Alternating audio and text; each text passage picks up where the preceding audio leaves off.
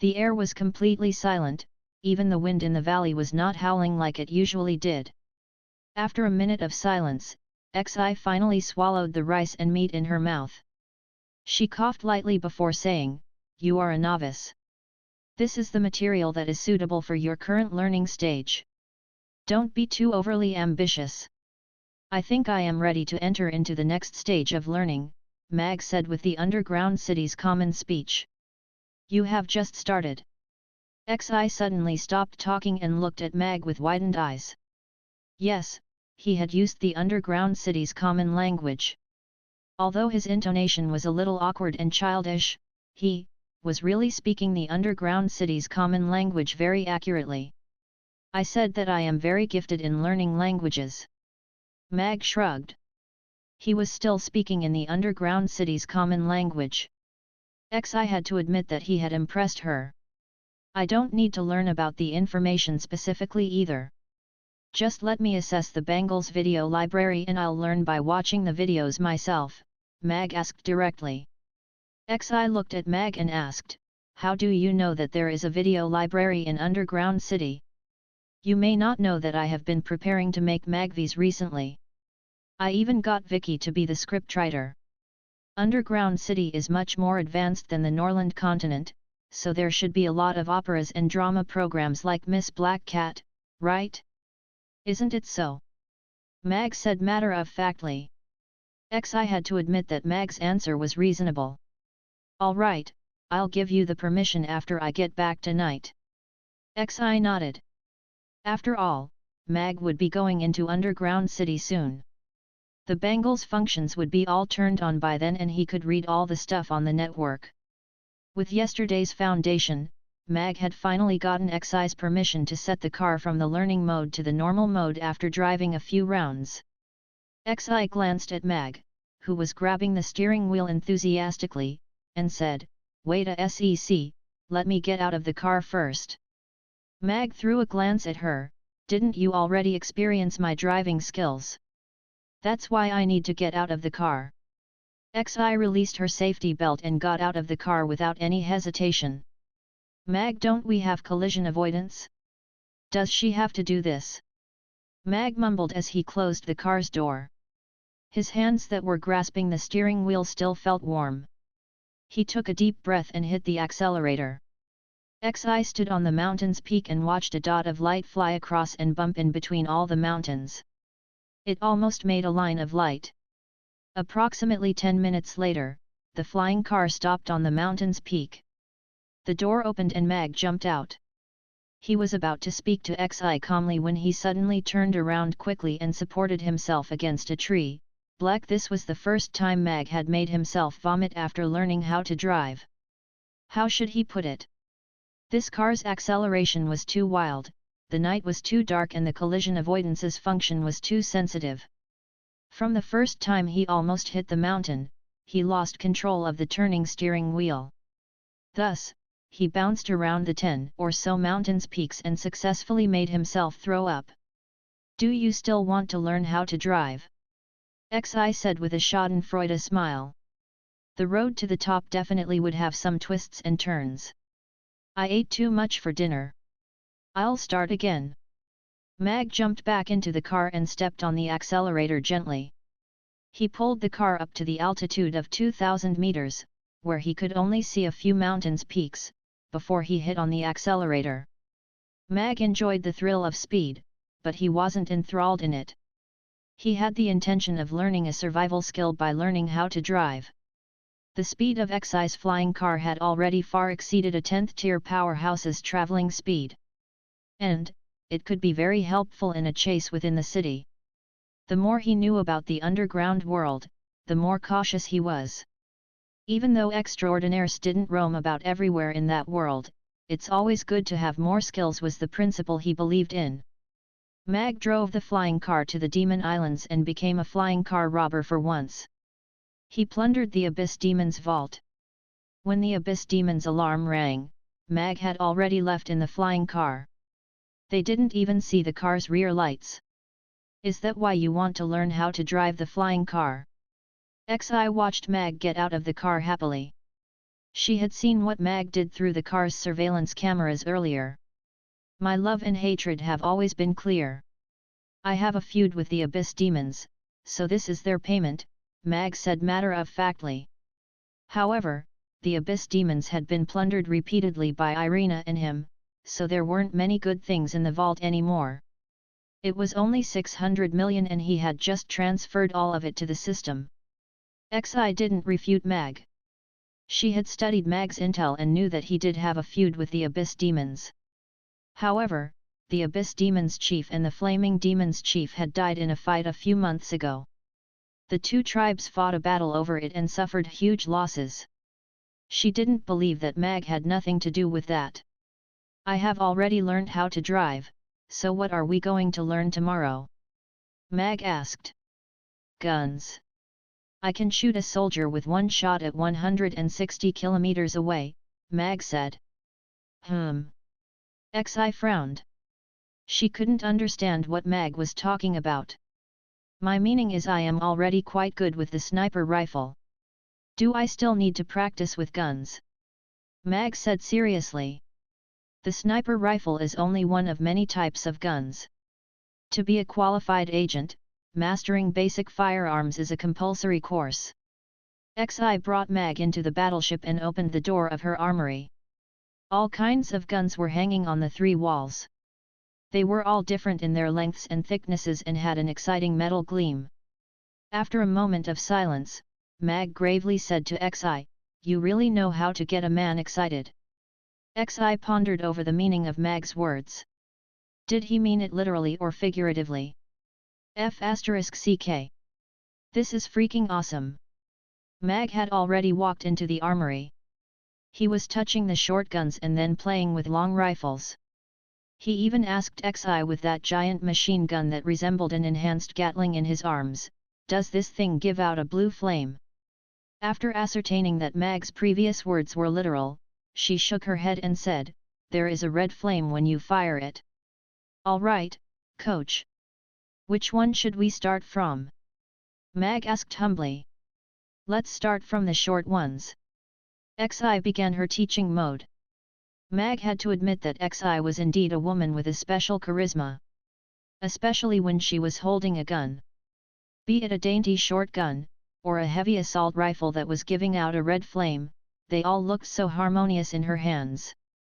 Furthermore, Mag had no doubts about the harm that these weapons could do when they were in XI's hands. The underground city's weapons were simply beyond the Norland continent's imagination. Even if they didn't talk about XI's god-tier assault rifle that killed the enemy from kilometers away, those short guns were also equally astonishing within a short distance.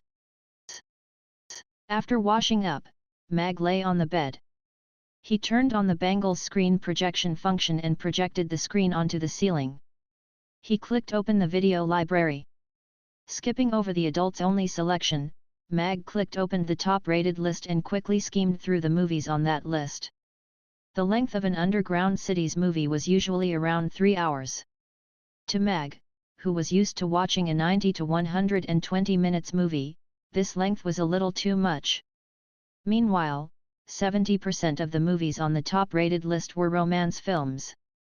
Judging from their synopsis, the majority of them were even melodramas. The sadder the plot, the higher the score. Is the life of the underground city's people so miserable? Mag rubbed his chin with doubts and clicked on the movie that was ranked first on the list, Desperate Love. 3 hours later, Mag finally finished watching this love movie that talked about two young people who met and fell in love with each other during a war. Just as they got over the struggles of war and were about to welcome peace, the female lead got cancer and the male lead stayed with her till the very end. Mag went to release the pressure on his bladder first before writing a concise testimonial in front of the computer. "It's rather touching, but I hope the director could make a less draggy movie. My bladder almost exploded after 3 hours. The story was well told and the actors' acting were on point. Those young actors in the Chinese entertainment industry simply couldn't hold a candle to them." However, the standard of the scriptwriter and director had a lot of room for improvement. There was more than 1 hour of unnecessary content, which could be removed without any effect on the plot. Instead, it could even elevate the viewing experience. With the attitude to learn, he clicked on the second movie. Mag had chosen all modern movies, and the majority of them were movies that were based on real life. A movie was a life's journey. The dry words of the chronicle couldn't compare to its realism. Mag got to know the life of the underground city's residents through the movies and studied their anxiety and preferences. Interestingly, anime had occupied a very important part in the underground city's movie industry. It even occupied 30% of the top-rated list. Mag watched 2 movies and 1 anime movie that night and wrote 3 slightly scathing movie reviews. It really was only slightly scathing. Mag thought that he had already very much restrained his criticizing spirit. Don't worry, host. Without the fame as the son of the richest man, you won't be cursed and end up in another world for a few pieces of movie reviews. The system consoled him. Mag was instantly relieved. It seemed like he could let it go a little bit more. System, how's the building of the mech? Mag asked.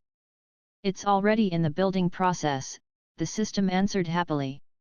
Why are you so happy? Are you cheating me? Mag frowned. This system is the god of cookery cultivation system, and I have crossed over my specialty to serve you, host. I have worked so hard and yet you doubt me. You have really disappointed me, the system said angrily, like a wronged little wife. Mag couldn't gauge the difficulty of making this mech, but since this mech was also highly valued by Ferdinand, it wouldn't be easy to replicate. Hence, he didn't pursue it. All right. I will transfer the remaining 24 million tomorrow. Hurry up and build the production line for me. Mag couldn't be bothered to argue with the system. He switched off the bangle and rested on the bed for a while before getting up to make breakfast. For the next 1 week, Mag had a regular schedule every day. He worked in the restaurant and occasionally taught the children at the school during the day, learned all kinds of skills from XI at night and watched the movies to learn the underground city language all night. He had an exceptionally fulfilling life. Congratulations for passing the 8th tier language test. Mag looked at the fireworks on the screen with a smile too. He took a screenshot and sent it to XI with a message. The 8th tier is only so-so. After a couple of minutes of silence, a reply came. Arrangements will be made to bring you into underground city. Please be prepared. So fast. Now, it was Mag's turn to be surprised. He was learning how to drive the special machinery from XI last night and she didn't mention anything about going to underground city tomorrow at all. This is your new identity. Remember all the information. The mission mode will be activated as soon as you enter underground city. XI sent him a set of information. After Mag clicked on accept and opened it, it showed a resume. Hades Saipan. Both parents were deceased. Good fellow. Mag felt that XI might be an author. Moreover, XI was also very considerate. She even knew that he had used the name Hades before. However, using Saipan as his surname made him feel weird. He didn't know how to answer that name if someone were to call him loudly in the future. Reading downwards, this Hades Saipan was an unknown home cook who had an astonishing cooking talent and cooking ideas that were different from the mainstream. This was the new identity that Ferdinand had given him. Being a chef had combined his specialty, but why did he give him a chef's identity when he was already crossing over to the other world? Reading on, the final page was a photograph. Who are you, handsome? Mag looked at the handsome young man in the photograph and rubbed his mustache that had been dissed by others. This was Hades Saipan's photograph. Obviously, the other party believed he could resolve the issue of looks. Mag indeed could resolve it. He took out the face-altering mask and used his thoughts to make a face according to the photograph before putting it on his head. So, it's you. Mag peered at the handsome man in the mirror and nodded with satisfaction. He had sharp features, a handsome face, dark brown eyes and thick blackish-brown short hair. He was handsome and yet still masculine. Why does a chef need to be so handsome? Perhaps there is a plot where I need to seduce someone. Mag looked at the face in the mirror judgingly. Even though he didn't mind having a handsome face, being too good-looking could be a bother sometimes. After the dinner service, Mag had them all stay behind for a meal. From tomorrow on, I'll need to go on a trip and the restaurant will be closed for 5 days. It will be a small holiday for all of you. Mag declared at the dining table. Boss, are you going to look for inspiration and ingredients again? Mia asked curiously. The others looked at Mag too. It was rare to have a 5-day-long holiday in Mamie restaurant. Yes. I have lacked inspiration recently, so I intend to go out alone to see if I can find some new inspiration and create new dishes. Mag nodded with a smile. What a proper reason. Amy blinked her eyes and asked Mag, alone? Father, are you sure you are not going to bring cute little Amy along? Seems like we will get to eat scrumptious new products when boss returns, Mia said with anticipation. The maidens had similar expressions too. Boss always created new things for all of them every time he returned from a trip to look for inspiration. Going out alone? Is boss going to save the world again? Shirley sized up Mag secretly. She recalled that the Norland continent would always have big problems whenever boss went out secretly. What was he leaving for this time? Father, father! You have to bring goodies for Kiddo to eat when you return. Kiddo told him seriously with a beggar's chicken drumstick in her hand. Sure. I will bring back good food for all of you. Mag nodded smilingly. Yeah, little Yi called out too, afraid to be missed out. After the little gathering, the maidens returned to the dormitory and Mag told the little girls a bedtime story first as usual. Mag asked the 3 little ones sitting in a row on the bed, what do you want to listen to today? Gina stood at the side while Ferris sat on the edge of the bed with Yi. Because Mag's stories were simply too interesting, the bedtime storytelling became a formal storytelling event and the audience included a few adults too. Usually Irina would join in the fun too, but she didn't come today. Neza, the 3 little ones said together. Father, you said the 4 dragon kings of the sea flooded Chentang Pass previously, what happened next?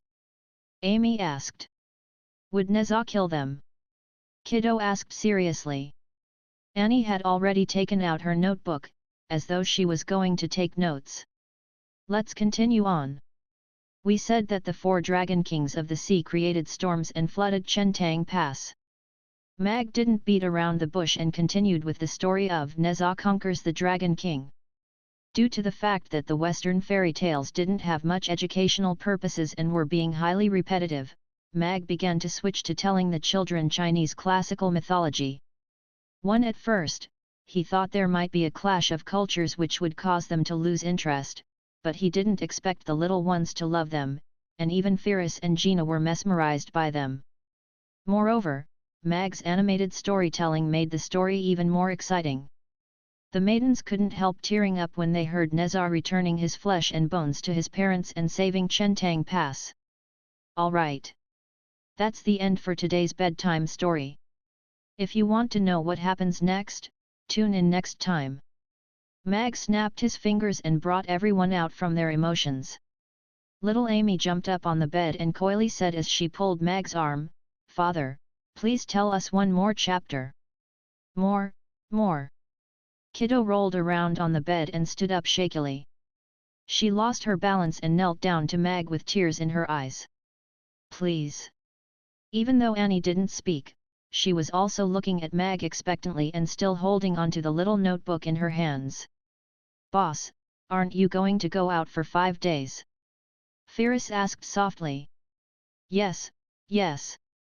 You'd better finish the story, otherwise we won't be able to sleep for the next 5 days. Gina chimed in too. It was hard to turn down such enthusiasm, so Mag sat down again and finished the story of Neza. Alright, the story is finished. It's time for bed now. Mag got up with a smile and left the room. Mag was going to Underground City tomorrow and he had ended his 1-week-long studying for exam mode. After washing up, he changed into his pajamas and went back to his room. He pushed open the door and the pinkish lights were a little seductive. Mag looked at the bed and Irina was lying on her side in scanty clothes. Her lovely figure could be vaguely seen under the thin gauze dress. "Are you giving your husband a send-off?" Mag closed the door and walked to the bed. Tonight was destined to be a sleepless night. The next morning, Mag lightly kissed the beauty lying next to him who still had a blush, and went downstairs. After making breakfast for all of them, he left with a helping of it. Around 16 kilometers to the west of the western city was still that deserted mountain. It was 6 o'clock sharp now. A ladder was dropped from the battleship. Mag boarded it and went straight for the control room. Mag was already very familiar with Xi's battleship. This was a place where he had fought before after all. He learnt many skills on this battleship. "I bought breakfast for you." Mag passed the breakfast to Xi, who was sitting in the captain's seat. "Thank you." Xi took the insulated box and it was a helping of soup dumplings and a bowl of congee with pork and century egg. She opened the box and the aroma greeted her along with the steam. Xi already had breakfast, but she felt she could still have some more after smelling this aroma. "We are going to go through the passageway between the worlds to enter underground city. The detailed plan has already been sent to your bangle. Get to know it first and ask me if you have any doubts." Xi turned on the autopilot and went to eat breakfast in the dining room at the back. The battleship was flying steadily with only a slight vibration. However, Mag was certain that this battleship wasn't traveling at the same kind of speed as the flying car from the speedometer on the instrument panel and the twisted visuals in front. Mag sat down on a seat and clicked open the bangle to check the mission plan. After entering Underground City, Hades would go to Tucker City to participate in the Top Chef competition. Currently, the competition had already proceeded to the top 8 contestants. A contestant has quit the competition due to health reasons and the organizers would announce that Hades would compete in the top 8 as a special contestant. Mag enjoyed reading the plan, which was rather interesting. According to their meaning, he was to participate in a variety show called Top Chef Competition during this trip to Underground City. This variety show was solely sponsored by the Mocha Group under the McCarthy family. Their real objective was to select the chef for the McCarthy family while making the show. Mag needed to take part in the competition as the expert from the grounds and compete with the Underground City's famous chefs. He had to win the competition and enter into the internal folds of the McCarthy family. The plan stopped there. The plan after entering the McCarthy family didn't appear. Perhaps, it didn't exist at all? What an impeccable plan! Did they even assume that he would win? Even Mag himself wasn't that confident. "Is there any problem?" Xi had returned after having her breakfast. Her mouth was slightly swollen. She was scalded by the soup in the soup dumpling. "Are you guys that confident in me?" Mag asked with a smile. "We have people in the judging panel," Xi answered calmly. "Oh, excuse me." Mag shook his head and sighed. Public morals were degenerating with each passing day. They were even cheating in competitions. "Isn't it just a bunch of actors performing realism awkwardly?" Mag casually answered. Xi Mag had summarized it so precisely that she didn't know how to refute or diss him. "How do you know that?" Xi frowned slightly, feeling as though she had discovered a blind spot. "Didn't you open the access of the video library to me?"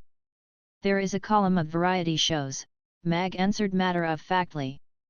Xi faintly said, "You grasped it rather well."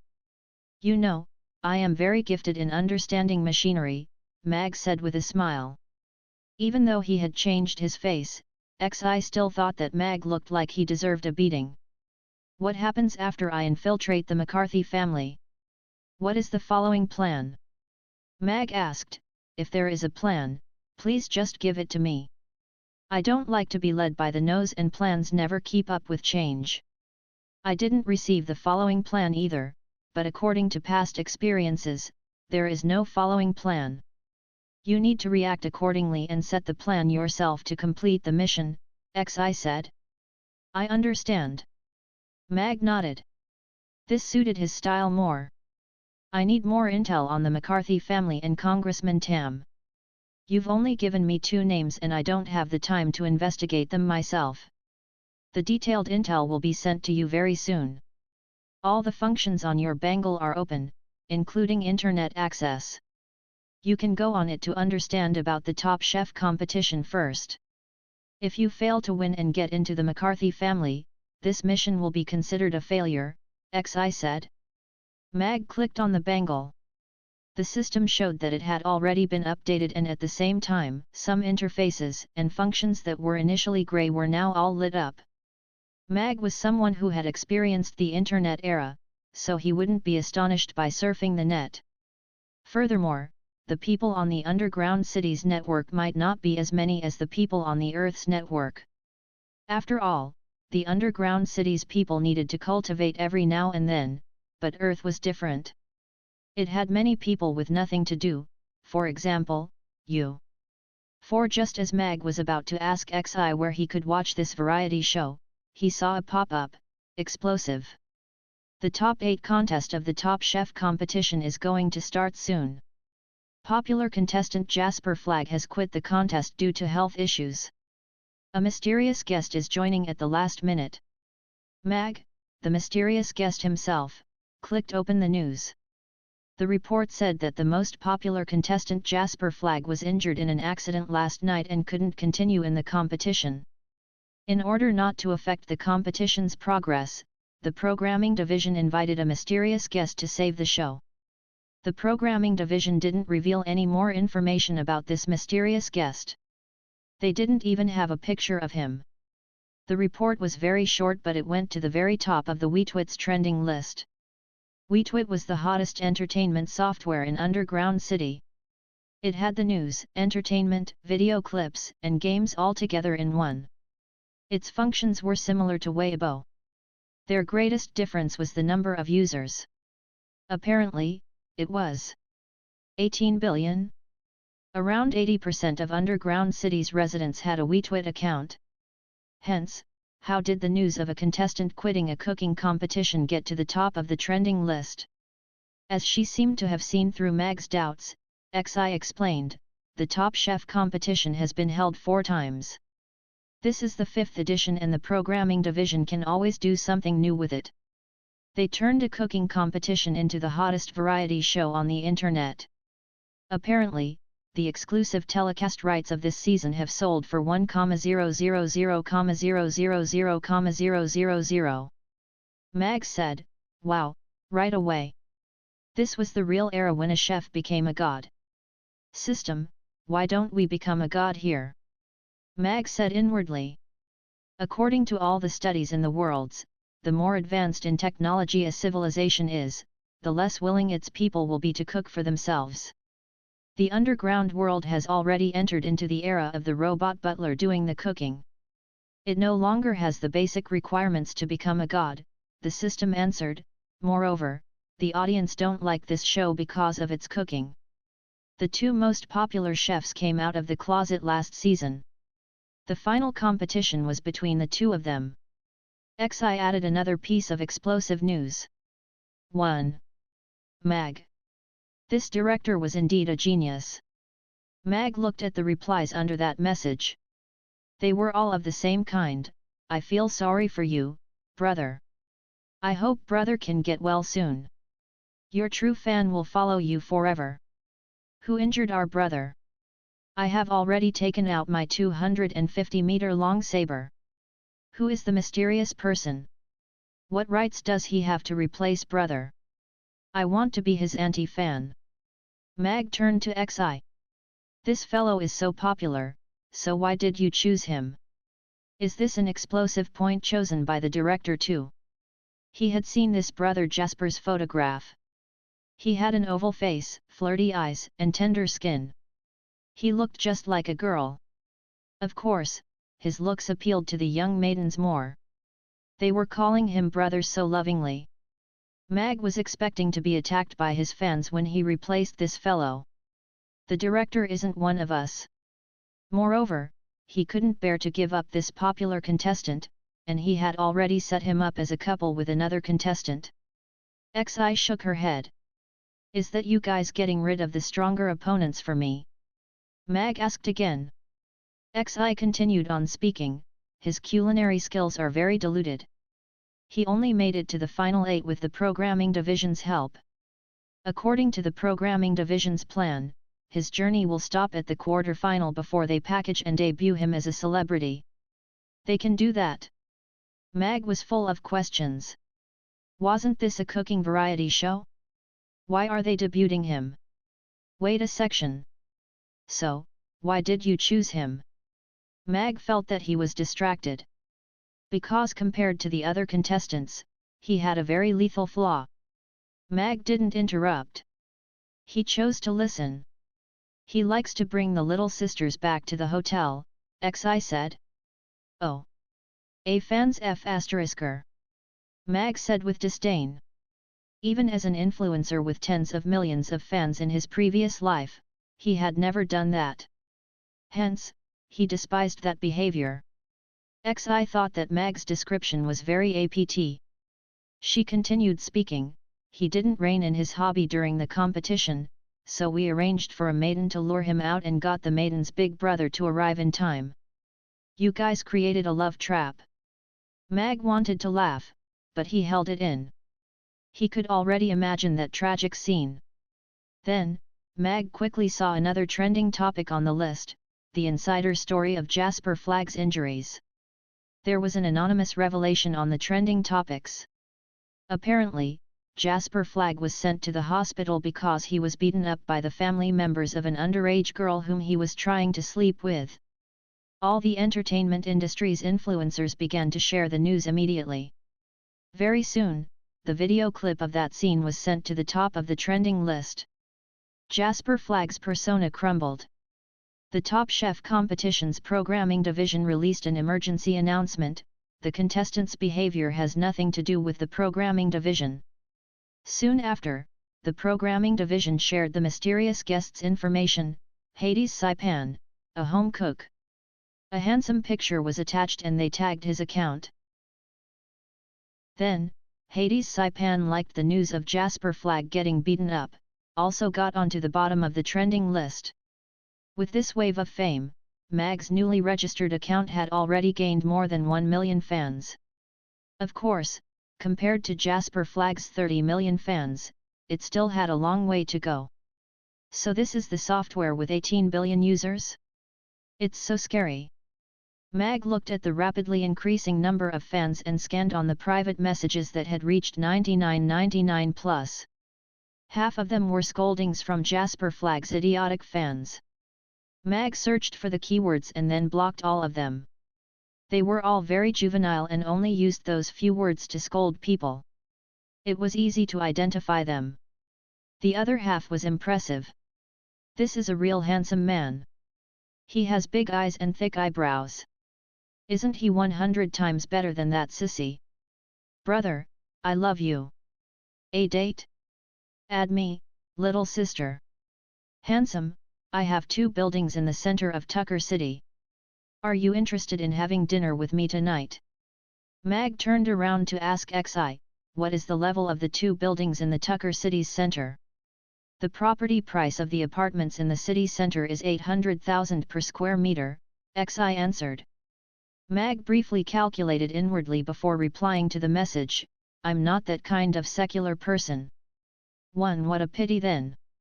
The rich lady sent him another message with a picture of brunch attached. A long river could be seen through the floor-to-ceiling windows. Mag searched for the picture first and made sure that it wasn't a stock pic. Then, he found the river in the Tucker City's center and ascertained the rough zone of the room whereby the picture was taken according to the photographer's angle. Tucker City's CBD. The Twin Towers. According to the information indicated online, the Twin Towers belonged to the Dixon family, who also belonged to the top 10 families together with the McCarthy family.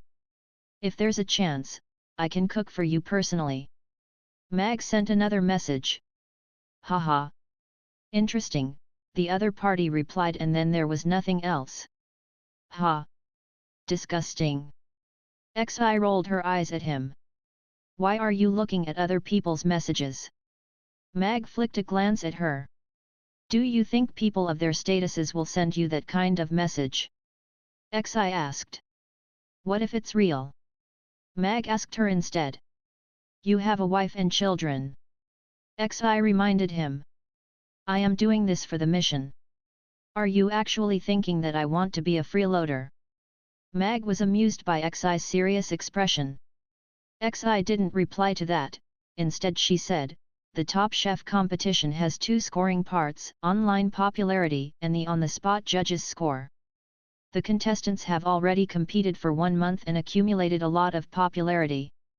You are going into the top 8 straight of the bat, so your online popularity starts from 0. You have a disadvantage. Why is a professional competition doing the idle competition thing? Mag was shocked.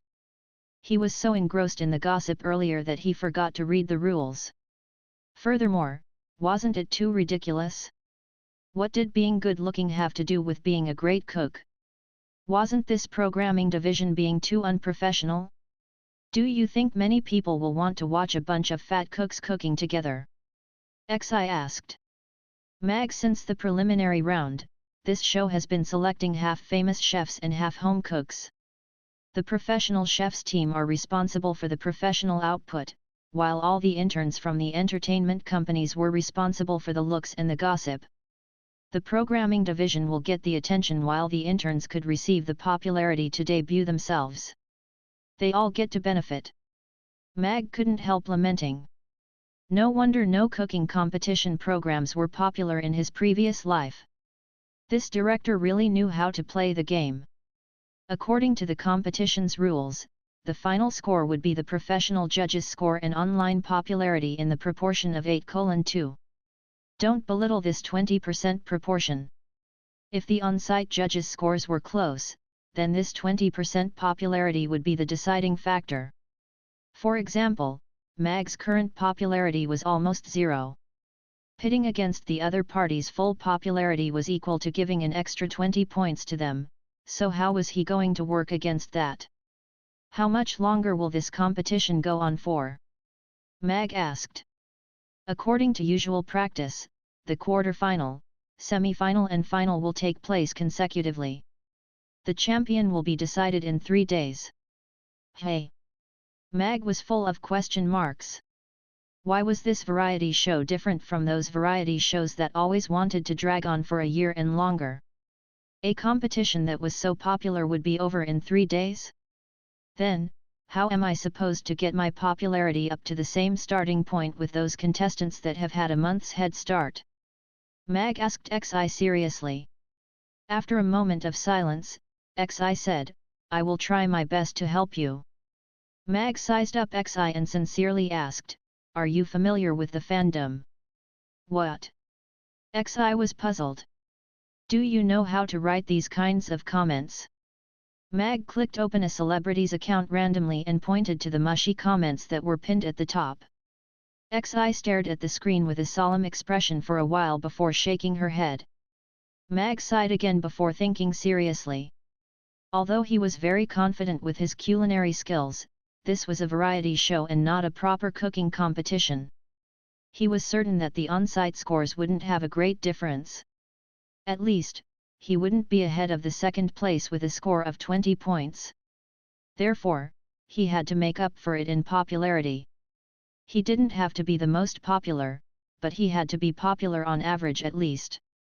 As long as the first place wasn't ahead of him with 10 points and more, Mag was confident that he could win the competition. As a famous influencer in his previous life, he knew how to gain followers. It was usually slow to gain the normal followers who liked him, but there would be an explosive stage after he gained some popularity. For example, the movie stars would gain many followers during the showing of their movies. Mag was in the center of a giant popularity whirlpool, but he didn't have any work. Furthermore, other than liking the post accidentally, he didn't have any other talking points. He only accumulated some fans with his looks from the photograph. 3 days' time was too short and that method was too slow. He was familiar with the method of gaining fans within fame. Back then, he got famous on Weibo by attracting hatred before he sent himself away eventually. However, this method couldn't be replicated easily. After all, without the enhancement of the identity of the richest man's son, his account might be banned if he said too much. Time is limited. I need some special tactics to gain fans, Mag said. What tactics? XI asked. A list of scandals from the A-listers in the entertainment industry. To create an idol, we need to pull some corrupted idols down from the altar first, Mag said. Although XI didn't know Mag's plan, she still quickly sent a list of scandals to Mag. The so-called celebrities were simply spokespeople and pets of the plutocrats. Their secrets were simply a joke in certain circles. Those with beautiful resumes might look kind and pure, but they actually engaged in several filthy and disgusting acts. Rape, murder, imprisonment. These people were still active in the circle and people have been calling them teachers respectfully. Mag had just arrived at the underground city and therefore, did not have the sense of righteousness to save these people from the depths of hell. He chose a few names seriously and searched them on the web before sending out the wee twit. Mag's first target was a director called Horace. He was a director who had won numerous awards. In his 300 years of cinema history, he had filmed more than 200 movies. According to the introduction on WeTwit, he was a very well-respected director and was a shining star in the world of cinema. A well-respected director like him had sexually assaulted more than 300 young actors in his 300 years of directing. Several victims committed suicide from the shame and the rest had nowhere to seek justice. However, these incidents were barely mentioned on the internet. Meanwhile, Horace was still active in the film industry. He had recently received an investment of $1 billion to shoot a large-scale war film and the news was even trending. Mag did not pity those actors who used their bodies in exchange for an opportunity.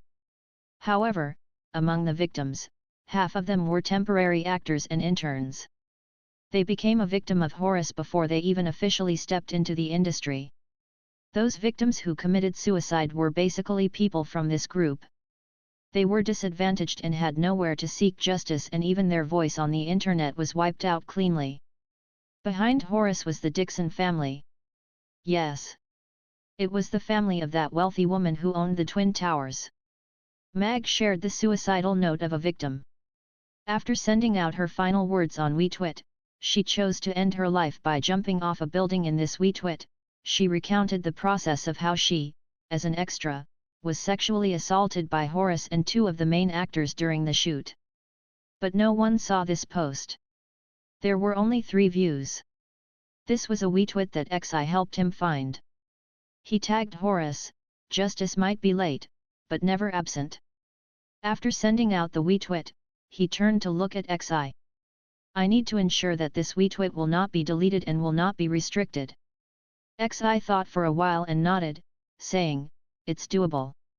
After Mag posted his WeTwit, he received many comments immediately. F***ck. Is this true? I watched Horace's movies growing up. My grandfather watched Horace's movie growing up. He won almost all the awards in the film industry. How can he do such a thing? I feel like I'm in for a roller coaster ride. This newbie is trying too hard to get attention. With director Horace's reputation, he can be blacklisted everywhere. Charlie is my childhood idol. I don't think it's true. Waiting for comments by involved parties. Jasper's incident had caused Mag's account to be at the center of attention. Therefore, after the likes incident, Mag's tagging of Horace together with that post, caused another uproar on WeTwit, bringing the post up to the trending list. Hades called out Horace for sexually assaulting underage girls. Charlie, Bart, and Horace accused of sexual assault. Many articles about that incident followed. Reactive actions on WeTwit were swift. To decrease the attention on the topic, the comment sections were closed and keywords were hidden. Mag watched as the topic dropped on the trending list until only one relevant topic was left. That proved how capable the other party was. He turned back and glanced at XI, who was chatting with someone else. He did not rush her. At the same time, in the operations department on the 13th floor of Wheatwit's headquarters, the director of operations, Amos, had a grave expression when he received the news. One of the board of directors requested that he remove all relevant trending topics on Horace's case and at the same time, have Hades' account deleted. Meanwhile, Amos also received a report from his subordinate on the new event application submitted by the Top Chef competition.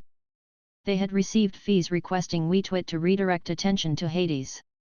Amos knew straight away what the Top Chef competition had in mind. Jasper's incident had brought some negative impacts on the program. Before the incident really explodes, if Horace's incident explodes first, together with two top-notch celebrities, Charlie and Bart, everyone would be drawn to that incident and this would beat any public relations tactics. Most importantly, behind the Top Chef competition was the McCarthy family and Miss Nancy was the person in charge of the program. She's also one of the board of directors and therefore, he also could not offend her. As the director of operations, he was definitely happy to see something like this happen. He was even willing to give them more views and attention. With a little more push, he can even hit his KPI for the year. However, right now, this matter concerns two plutocrats and he was just a small director of operations. It was so difficult for him to be stuck in the middle. Won this old lecher. He should have gone to hell earlier. Amos spat. While requesting his subordinates to push the topic down, he thought of how to communicate with the Top Chef competition side. This was not the first time for the operations department to clean up Horace's mess. They were the ones behind those posts accusing him of indecent acts disappearing. Amos was also very uneasy. However, if he did not do it, someone would replace him and do it. This incident suddenly exploded out of nowhere and came together with the morning incident. This caught the operations department off guard. However, based on their standard procedures, this matter would just die off without a conclusion. A commoner who just announced that she was going to join the entertainment industry, fighting against a well-respected director who had the backing of a plutocrat was like hitting a stone with an egg. However, Amos felt that those words in the post were very striking. Justice might be late, but never absent. Guilt? Or fear? Aren't they accomplices as well? They silenced those girls and allowed them to die in despair. Amos shook his head and threw those messy thoughts out of his head. He called the director of the Top Chef competition. Outside Tucker City, in a film and video base. The war scene was a grand sight. This was the setting for the new movie Blood and War that had just started filming. It was directed by the famous director Horace, with A-star actors Charlie and Bart starring in it. These three were named the Iron Triangle of action and war films. They have worked together on several movies and have clinched many awards. However, this time, the Iron Triangle was gathered in the director's office with solemn expressions. They had already seen the trending list on Wheatwit. That incident happened 5 years ago. It had been so long that they had even forgotten how the girl looked, because such incidents had happened many times in the past 5 years. The importance of an actor's reputation was self-evident. This matter was exposed and even received so much attention. Their acting careers might be over now. What are you afraid of? He's just a nobody. I have the Dixon family behind me. This matter will end quietly like all those matters before. Horace was rather calm. He took a sip of tea and revealed a mouthful of yellow teeth with a smile. I saw a few pretty girls among the extras earlier. Shall we choose one to have fun with tonight? Charlie and Bart looked much more relieved when they saw that Horace was so calm. Which one do you like? I'll bring her over tonight. The girl who acted with me today is not bad. Do you want to try her? The two of them immediately began to butter him up. As long as they held on to Horace tightly, they would get to act in movies and get awards. In the expensive city center of Tucker City, there was a huge manor with a large patch of grass with trees, and a spacious swimming pool. It looked so out of place with the surrounding skyscrapers and hovering castles. This was the Dixon Manor, It was owned by the Dixon family, one of the oldest and most powerful families in Underground City. In one of the villas now, an old man was talking to a young man.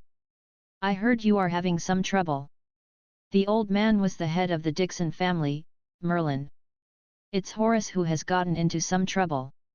I have already informed Weetwit and they will handle it," Fergus said with a smile. He didn't take the matter to heart.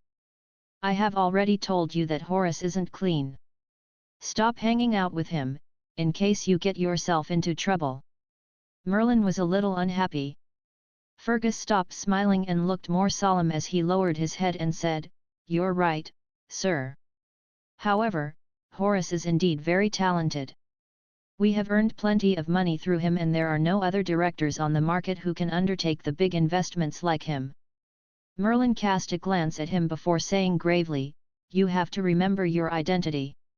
You are fundamentally different from him."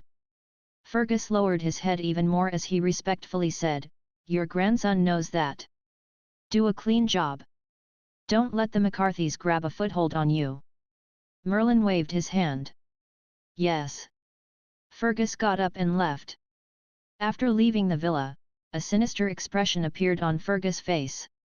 He turned on his bangle, dialed a number and said in a cold voice, "Find out Hades' address and maim his hands." "Miss Nancy, the Weetwit operation has just called me. They are asking if we can delay opening the PK1. Abbreviation for the gaming term player kill, which roughly means a challenge on the Chinese internet channel and referral traffic. And, can we ban Hades' account for the moment?" In the Top Chef competition's filming studio, the rotund director walked into the office and spoke to the young lady sitting on the sofa. "No." The young lady on the sofa was wearing a black haute couture gown and her chestnut hair was hanging loosely around her shoulders. She looked up and revealed an innocent and cool face. In a crisp voice, she said, "Asking us to hide the truth for a rapist and a murderer? Ridiculous." The director felt the temperature of the air in the office drop a few degrees. He gulped before nodding and saying, "I'll relay that to him right now. Tell him that we have already transferred the sum and Hades is our formal contestant. If they dare to do anything, get his superior here to see me." Nancy added on coldly. "Yes." The director turned and left the office. "This newcomer is rather interesting." Nancy clicked on Hades' main page on Weetwit and curved her lips into a smile. She had no interest in stirring up the dirty entertainment industry, but since someone had lit up a dirty corner, she didn't mind making the fire bigger. Perhaps, it was because those words were rooted in blood and tears. Or, because his sentences had moved her? Tucker City's CBD, that famous Twin Towers. A beautiful woman in a bathrobe was lying on the lounge chair next to the infinity pool and going through Weetwit with great interest. "He already has 3 million fans. This little brother is going to get famous." The woman clicked open Hades' main page and saw the Weetwit he had sent. It was a shared post. About 5 minutes later, the woman clicked on the comments and tried to comment with reddened eyes. In the end, she realized she actually couldn't comment. Accurately speaking, the comment section of this Weetwit post had been shut down. As a fangirl who had been surfing in the fandom for ages and had many idols, she naturally could see that this was done by Weetwit. She had heard about Horace's matter before, but she wasn't interested in that at all, so she didn't find out more about it. Reading that girl's accusation filled with blood and tears today made her very furious. A weak girl was humiliated and toyed around with by men in power and she didn't even have a place to appeal. She died in desperation. And now, even after the matter was exposed, these people were still trying to conceal the perpetrators and get rid of those people who asked the questions. ****. They have no respect for me." The woman left Weetwit, dialed a number and started scolding the person on the end of the phone. 3 minutes later, there was one comment in Hades' shut-down comment section, "Brother Hades is so righteous. I support you." Mag looked at that lonely comment and turned to ask XI, "Did you send this?" XI poked her head over to take a look. The ID was rather familiar. Isn't that your rich lady? Mag looked closely and that ID that was sparkling did indeed look very familiar, cute 3 years old. Mag couldn't understand it. In the situation that WeTwit was trying its best to obscure, by turning off the comments and disallowing sharing, this account could actually comment. This meant that this was a privileged account. Therefore, it was most probably real when she said that she owned the Twin Towers. That meant she was from the Dixon family. And, the backer behind Horus was the Dixon family. This woman, who should have a high status in the Dixon family, made such a comment in the comment section like a fangirl. Mag felt confused. Chapter 2433 Beauty, who are you? It was fine that the fight between two plutocrats had him caught in the middle, but what was the matter with the crazy request within the plutocrats themselves?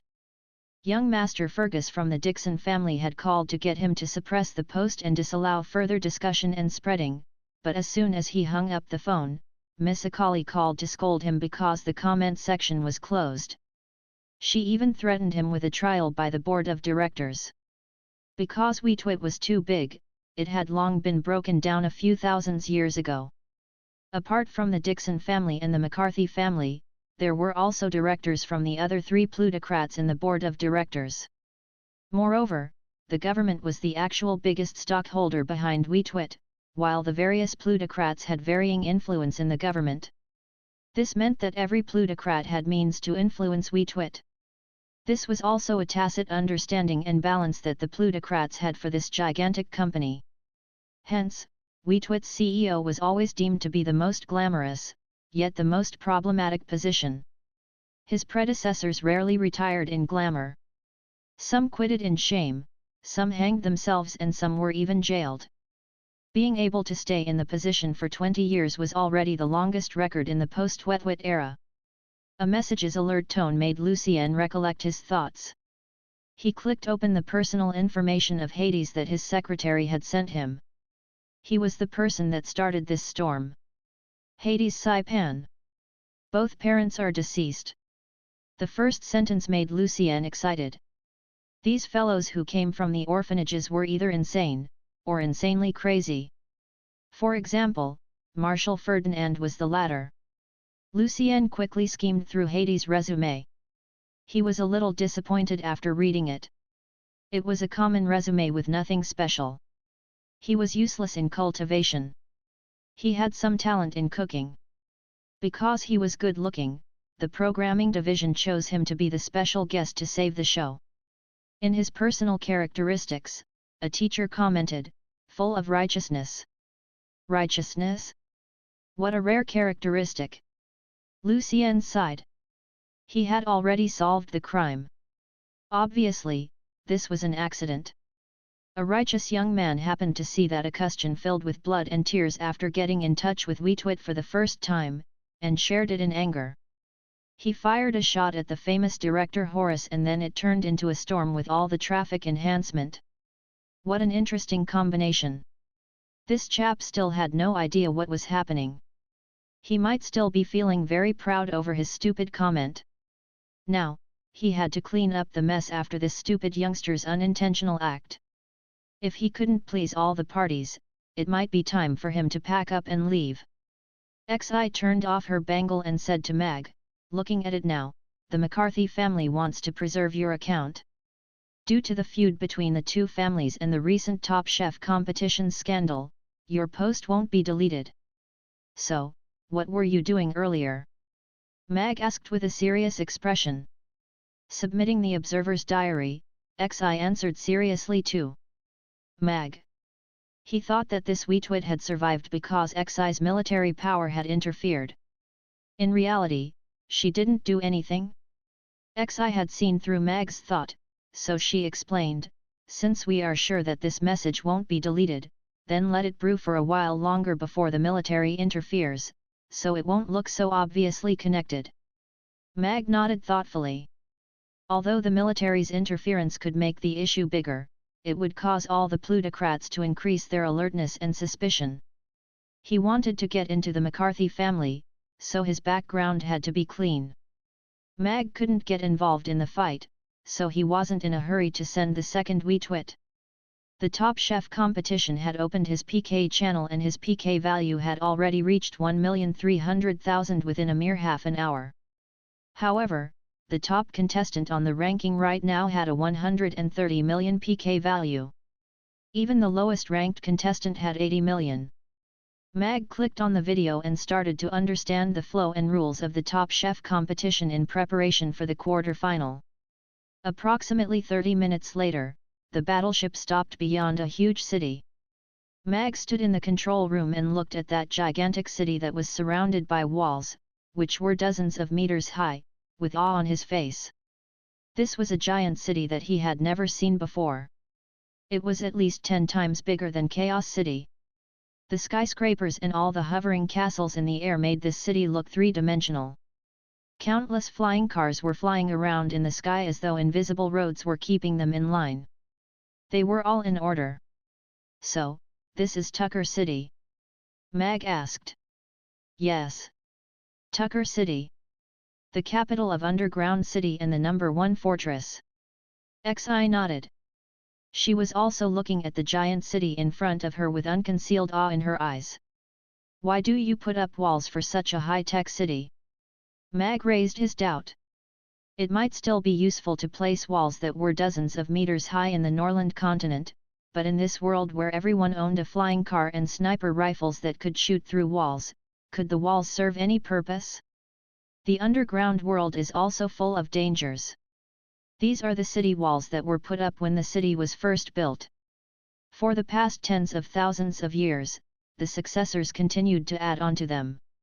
What you see are just dozens of meters of the walls above the ground, Xi said calmly.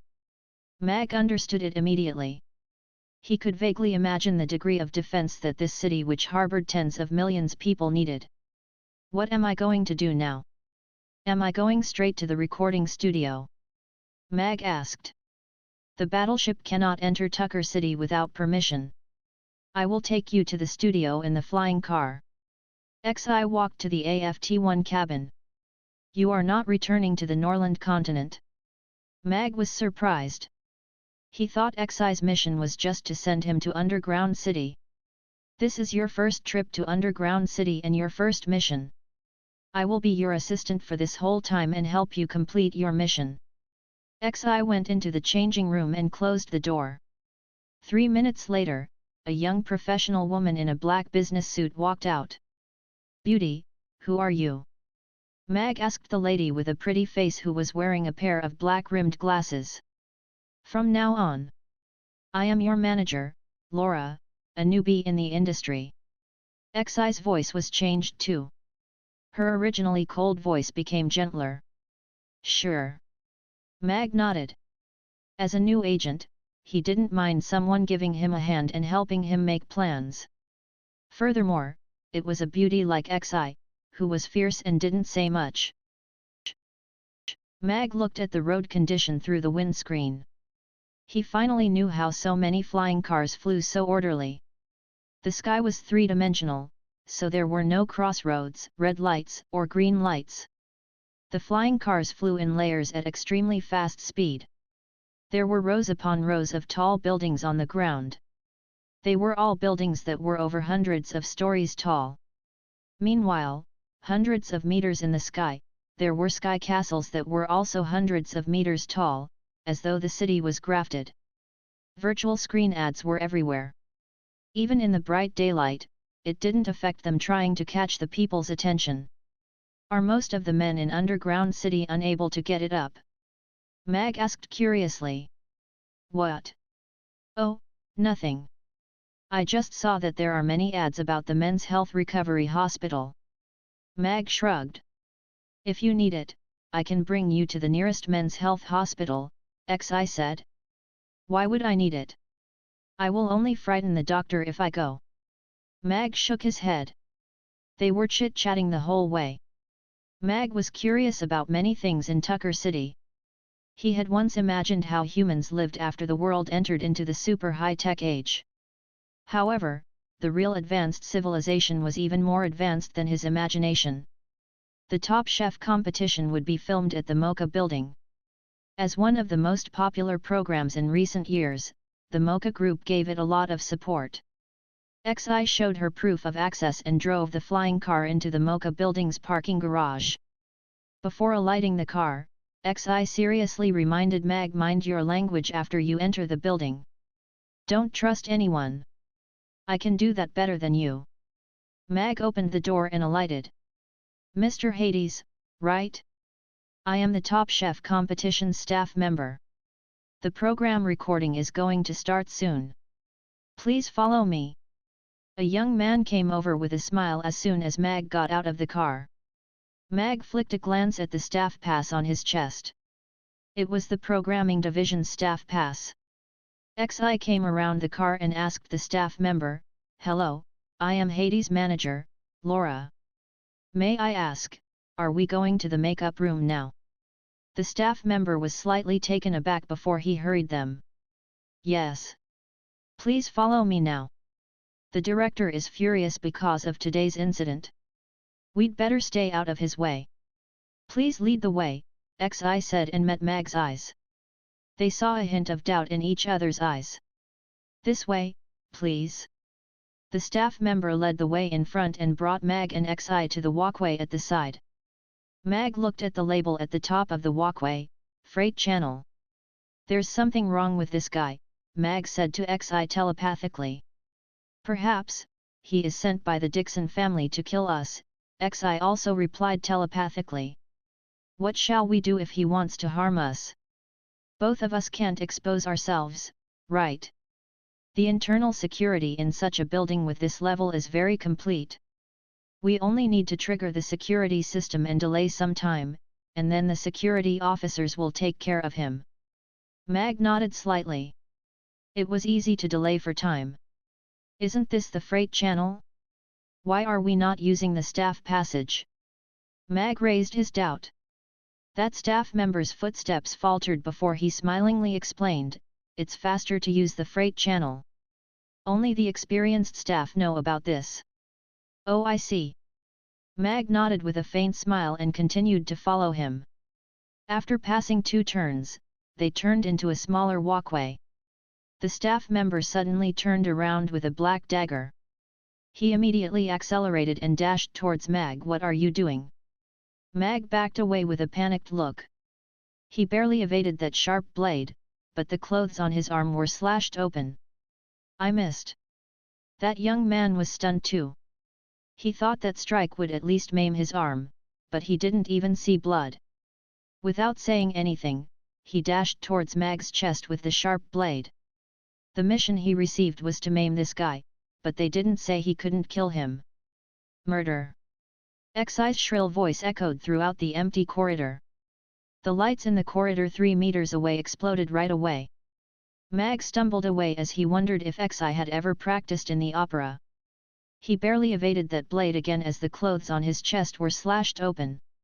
The main walkway had live surveillance cameras, and XI's screams earlier and the exploded lights had successfully triggered the building's security system. "Darn it!" An annoyed expression flashed through the young man's face. According to his plan, he would have succeeded at the first strike and escaped through the routes he planned before the Mocha building's security officers reacted.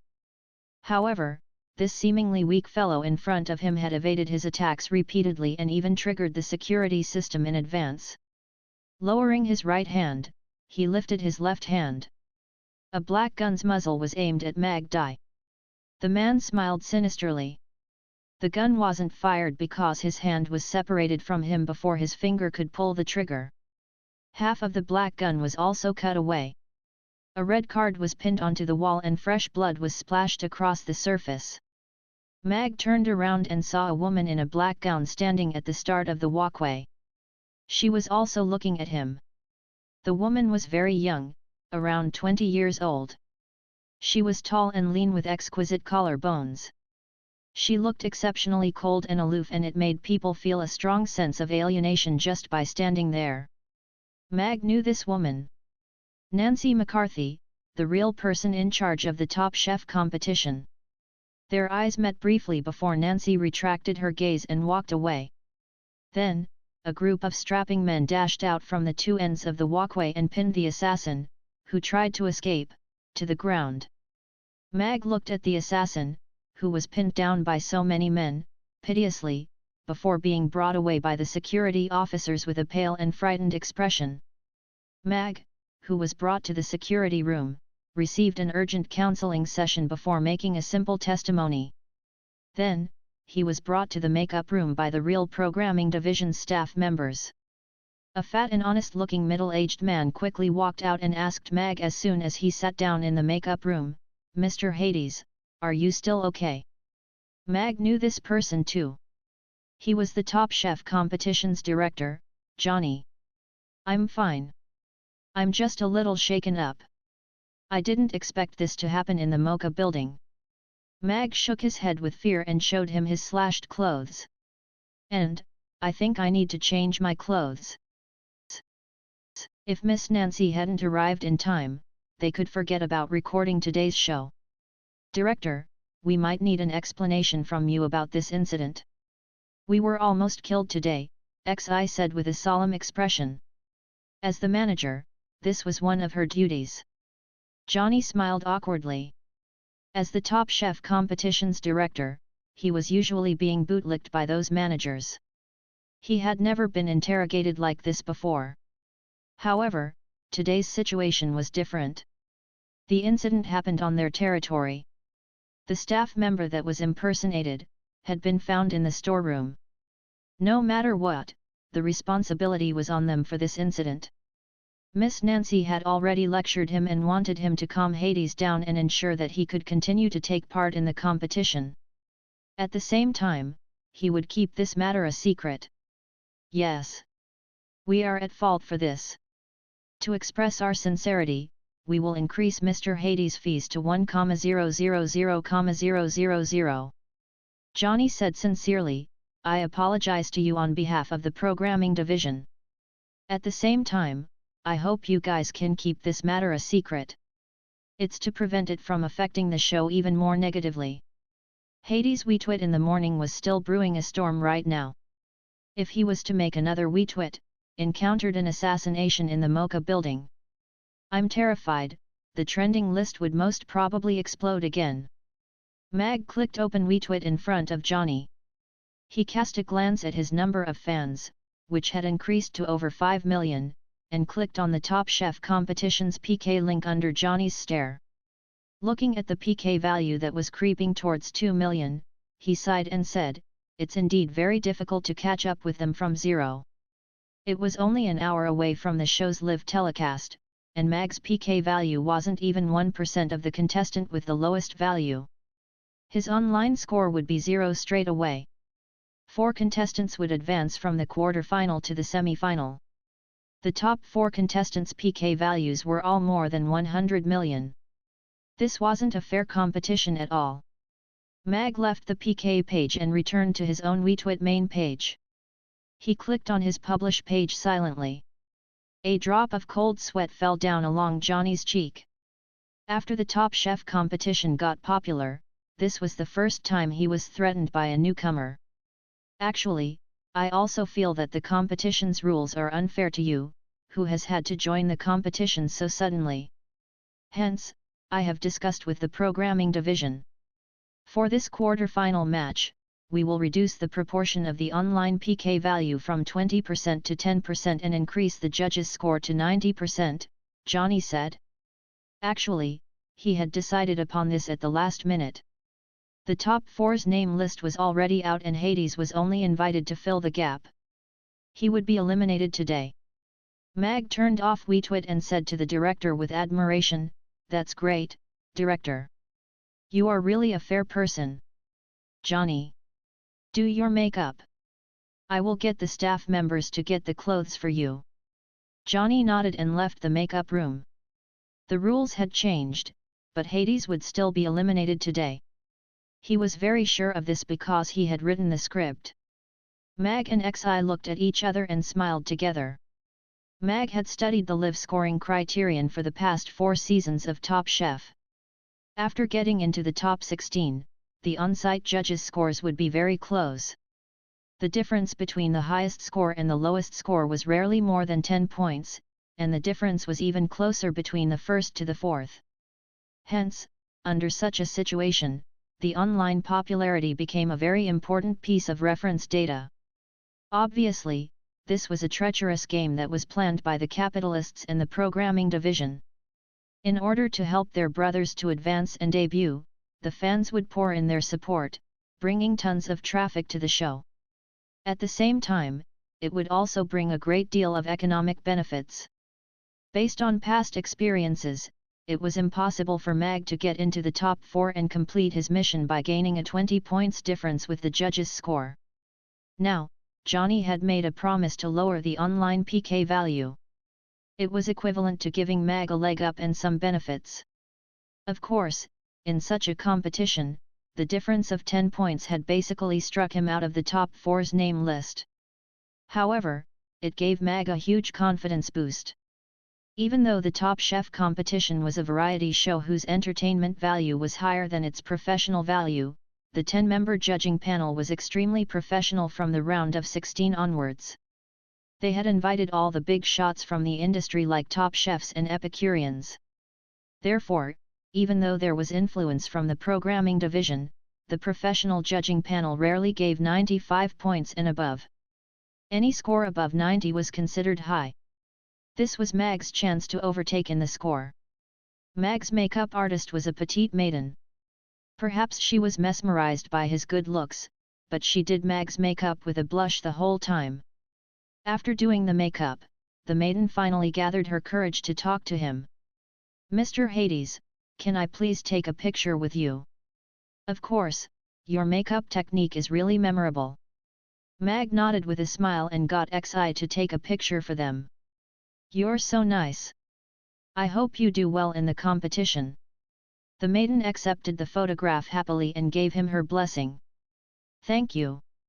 Mag got up and left the dressing room. He followed the staff member to the changing room. He knew that this maiden would share their photo on WeTwit very soon. She would flatter him and help him gain more fans. Xi followed after Mag and telepathically said with a weird expression, "You seem to enjoy being a star very much." Initially, she was worried that Mag couldn't get used to the life in underground city and all the things that were different from the Norland continent. But looking at it now, Mag had more than gotten used to it. He was having the time of his life. He even knew how to create a persona for himself and attract fans. "This is called loving what I do for a living," Mag said seriously. "I'm also a professional in being an idol." "What's an idol?" "It's a term from my hometown, which means celebrity." The programming division had prepared a set of uniforms for all the contestants. Mag had just joined at the last minute, so the programming division altered a chef's suit for him, which just fitted him. The black and white color scheme was simple and bright. Mag came out after changing into the chef's suit. He immediately felt the staff members' gazes on him. Being handsome had this problem. It's 15 minutes away from the start of the show.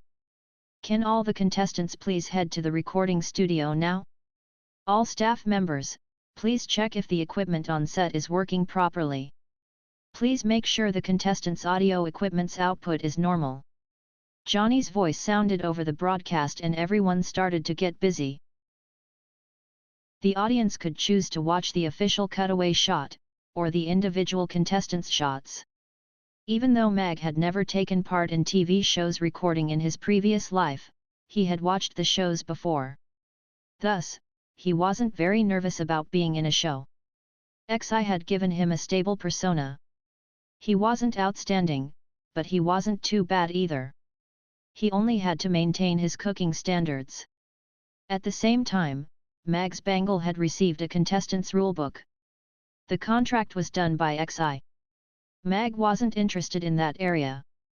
Since the staff members were checking the equipment, he took the opportunity to click on the contestant's rulebook and scan it through.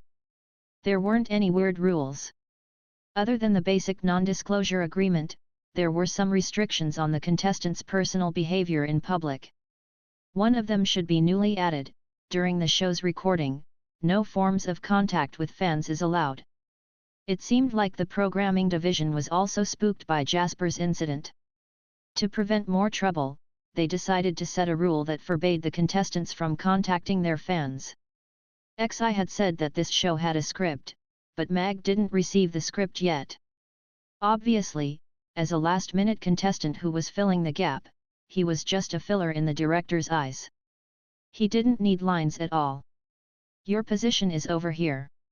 You should know about the actual procedures now, right? The staff member led Mag to a cooking bench and did a final confirmation with him. Yes. Mag nodded smilingly. Mag had already studied the competition's procedures on his way over. Even though it was a variety show, the Top Chef competition had done a good job on the professional part too. The judging panel would make a final comprehensive score on the contestants based on their cutting skills, techniques, plating, and taste, etc. Even if the contestants had received a script, there would be judges who could make excuses for them and extend their lifespans on this variety show. Everyone knew that you had a script, but your effort could make people feel your sincerity. The recording studio was very spacious. The Mocha Group placed a lot of importance on this show. It had specifically given the entire first floor to the programming division. The top 8 contestants began to take their place. Many of them had managers helping them to do the final adjustments and reminding them softly. Mag took a quick look at the contestants. He had already memorized their info. His gaze landed on the beautiful lady sitting at the edge of the judges' table. Her black evening gown was sexual and not intellectual. Meanwhile, the aloof expression on that beautiful face made people keep their distance away from her. Nancy McCarthy. This noble young mistress had just saved his life. Of course, it seemed so. As a direct descendant of the McCarthy family, Nancy had a certain amount of power within the family. As the Mocha Group's CEO, she was also the person in charge of the Top Chef competition. A female-dominant CEO. She indeed looked like it. Perhaps she had sensed Mag's gaze.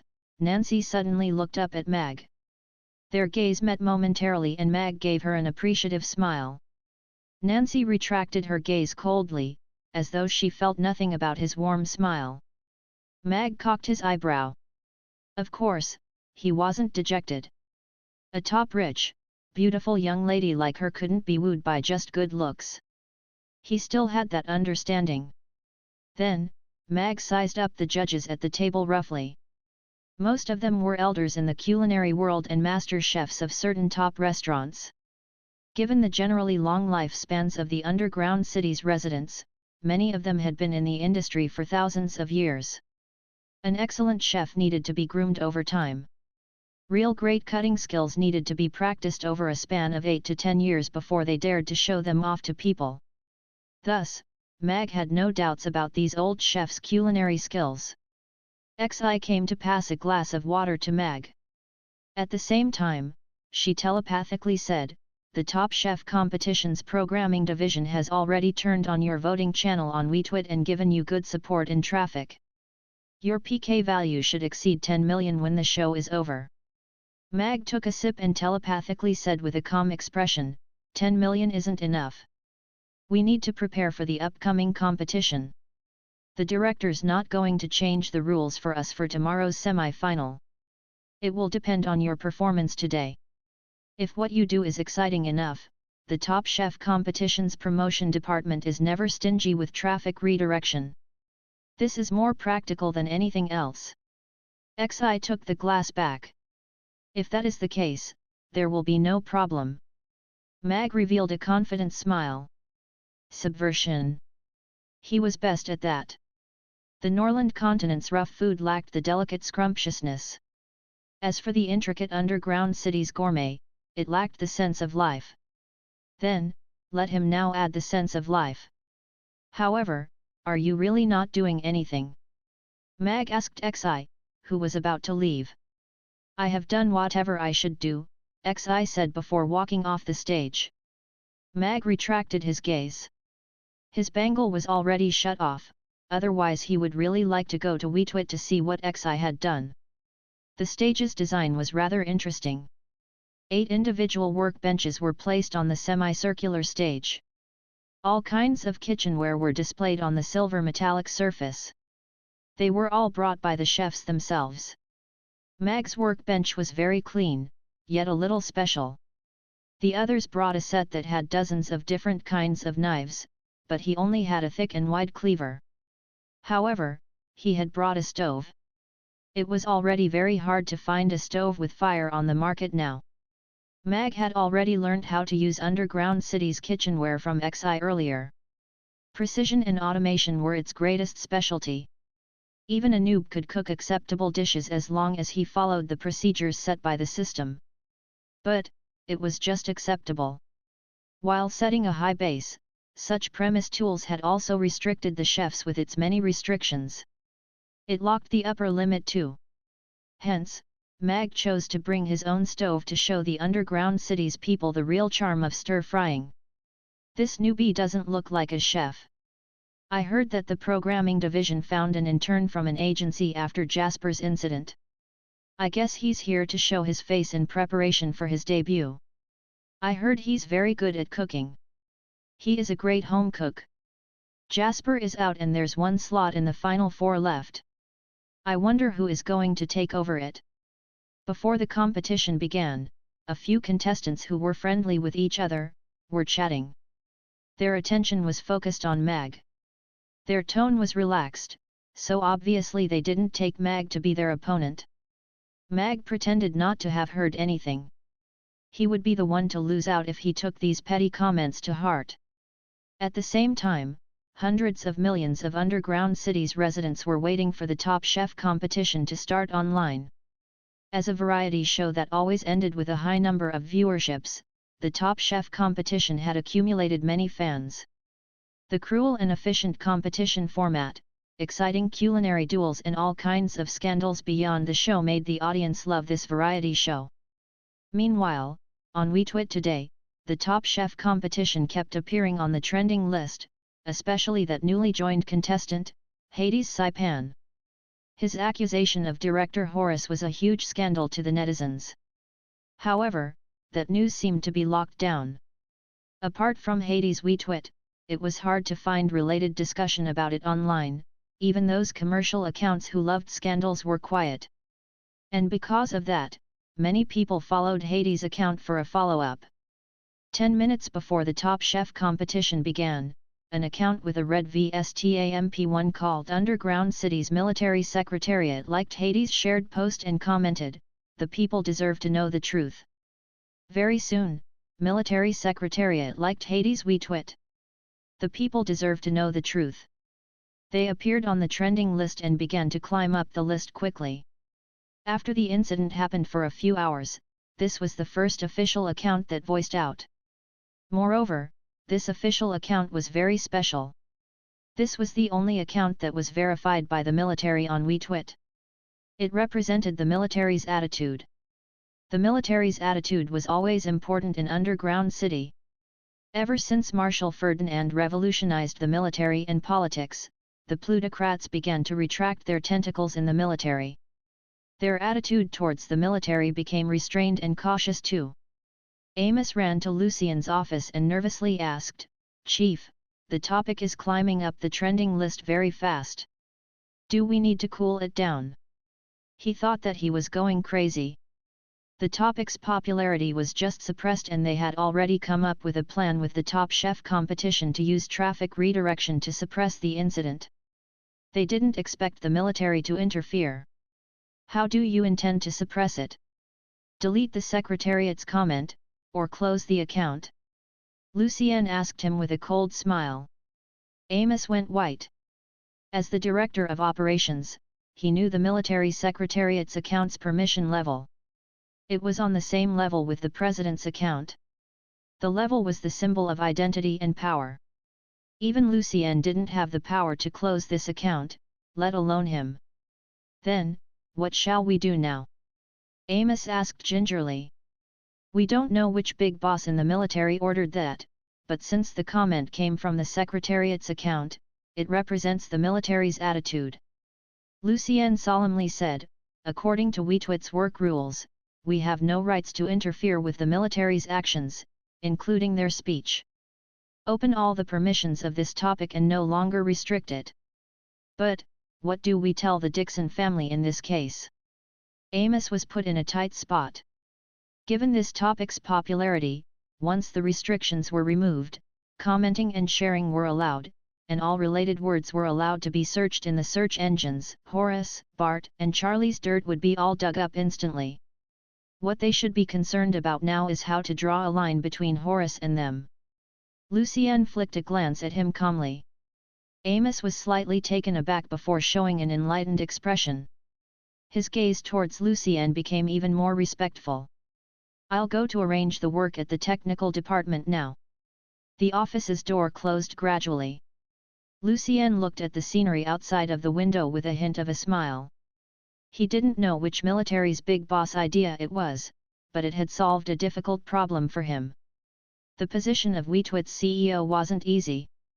It was impossible to satisfy everyone's requirement in the entanglement of so many powers. Hence, it wasn't enough to have professional proficiency in this position. The technique of balancing was the number one factor that decided if you could stay in the position for long. Lucien had always been fair. He always stood with the stronger parties. He was having a headache when the Dixon family pitted against the McCarthy family because both families were strong and he couldn't afford to offend either of them. However, now that the military secretariat had intervened, the situation had changed immediately. The Dixon family and the McCarthy family were not as powerful as the military, and he had a lot of Wheatwit's work rules that he could base his decision on, so he took the military's side without any hesitation. Soon, the netizens realized Hades' comment section was open and the sharing label that was grey, was lit up now. He's indeed the man who is endorsed by the military. So? What's the truth? Horace, this scumbag. I have a friend who fell into depression because of him. I suddenly found a lot of women accusing Horace on Wheatwit. Are they all real?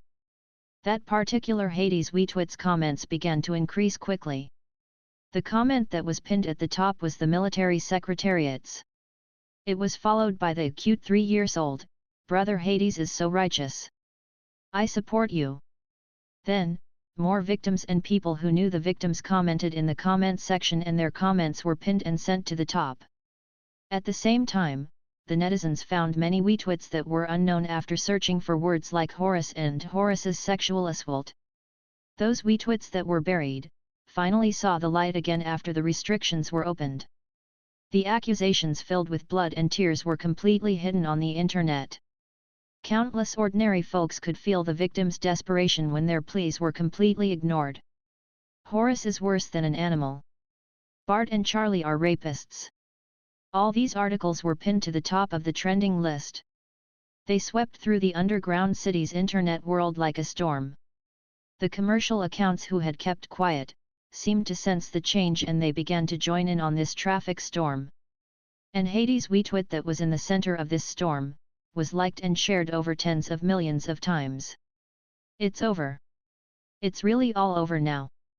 In the film and video base, Horace looked at Wheatwit with a pale face. Cold sweat was dripping off his forehead.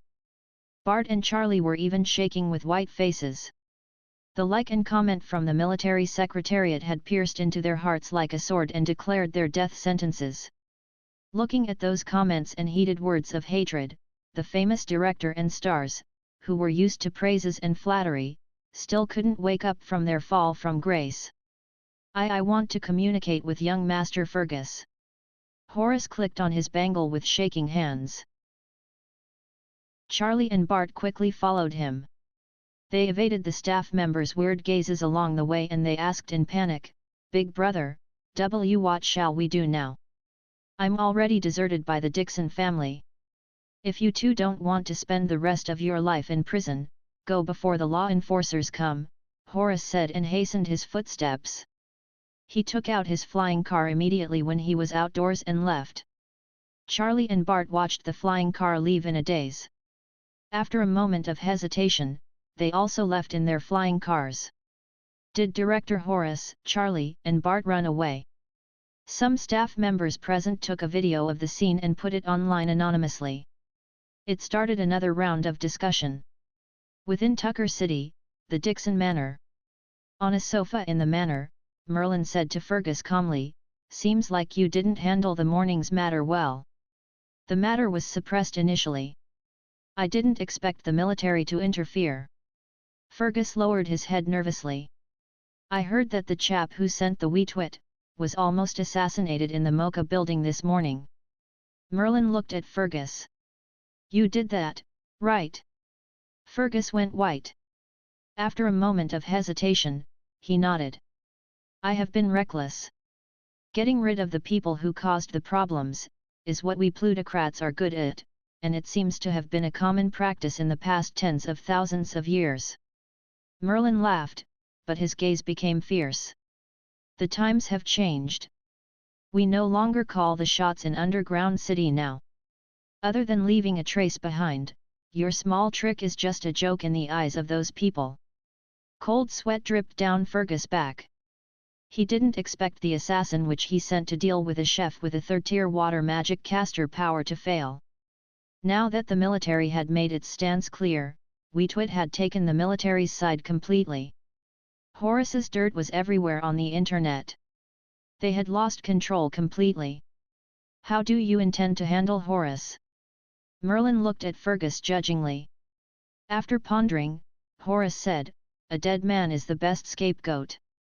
Spending the rest of his life in jail is what is waiting for him after all his dirt is dug up. Committing suicide to escape punishment seems like a reasonable behavior." Merlin lifted his hands and said, "Go ahead. You have to clean up the mess you made. Don't leave any loose ends behind for the McCarthy family." "Yes." Fergus bowed before striding out of the villa. "Interesting. I didn't expect him to interfere in such a matter too. Is he preparing to do something big again?" Merlin stood next to the window with a chilling smile. On the top floor of the Twin Towers, Akali's bangle was in the two screens mode. One was on the interface that was counting down to the start of the Top Chef competition, while the other was on Weetwit. "Horace, that old scumbag has done so many evil deeds. To think that I had dinner with him previously is so nauseating. But this old Basta *D seems to be on good terms with Fergus. Ha! Birds of a feather flock together. They are both scumbags. Looking at it now, Brother Hades is indeed handsome and righteous. I have to give him money." Akali mumbled and clicked open the fan group that had over tens of thousands of people and started to send money. "Miss Nancy, please look at Weetwit now." Nancy, who was about to turn off the bangle, received a message from the director. Nancy cast a glance at the director and Johnny looked anxious. Did something happen just before the streaming? She clicked open the trending list and those topics stunned her.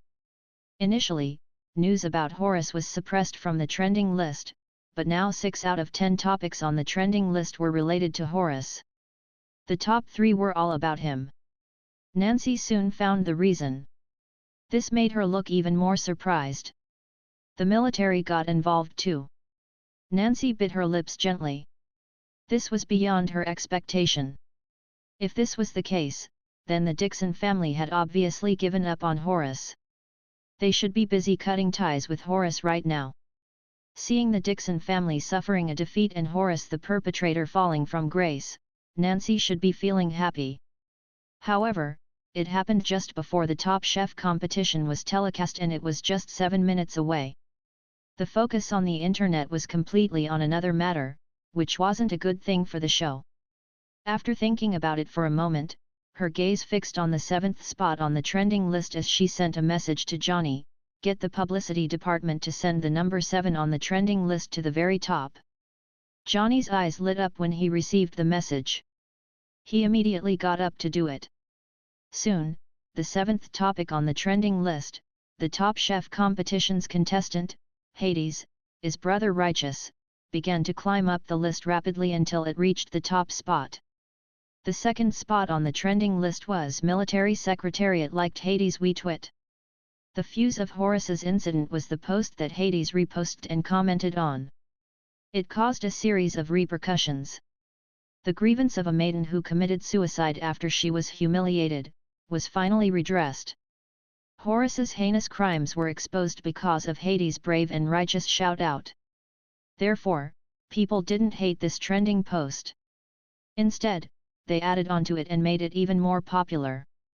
Right then, the programming division's Internet Water Army 1. Internet Water Army is a group of users who are paid to post online comments with vested interest on Chinese language websites. Internet Water Armies started in the early 2010s began to redirect traffic for the show crazily. Brother Righteous is taking part in the Top Chef competition now. Let's go support him.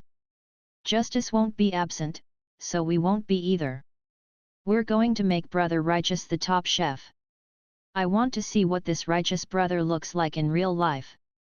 Brother Hades' PK value is so low. I want to help him go up the charts.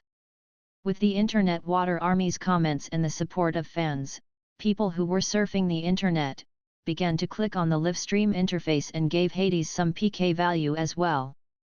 The ratings of the Top Chef competition's livestream began to climb steadily. Just the viewers on WeTwit alone had exceeded 500 million, which had even exceeded the ratings of the previous season's final. It was also the highest ratings of this season. Let's prepare to record the show. Nancy sent a message to Johnny and turned off the bangle. Her gaze couldn't help but land on Hades on the stage. He was found by the programming division last minute. She had seen his information. He was an intern under a small agency. Other than having good looks, he had great culinary skills too. This was what the other interns couldn't compare against him in, so the agency chose him eventually. One looking at it now, this choice was very successful. Not only did it minimize the negative influence of the Jasper incident, it even triggered the Horus's incident and made the Dixon family suffered a setback, and brought a huge amount of traffic to the show. It had killed many birds with one stone. If his culinary skill is passable, it's a good choice to let him enter the semi-final. He should be able to keep the popularity up for a while more. Nancy pondered. However, whether they decided to let him advance, it still depended on his actual culinary skill. Counting to the show's recording. 10, 9, 8. Johnny began the countdown and the judges and contestants straightened up as they got into filming mode. Mag looked ahead with a natural expression. XI had already given him training before he faced the camera. He knew how to express himself naturally in front of the camera while keeping a graceful and handsome posture. After the countdown ended, the camera panned to the center of the stage and one male and one female MC appeared.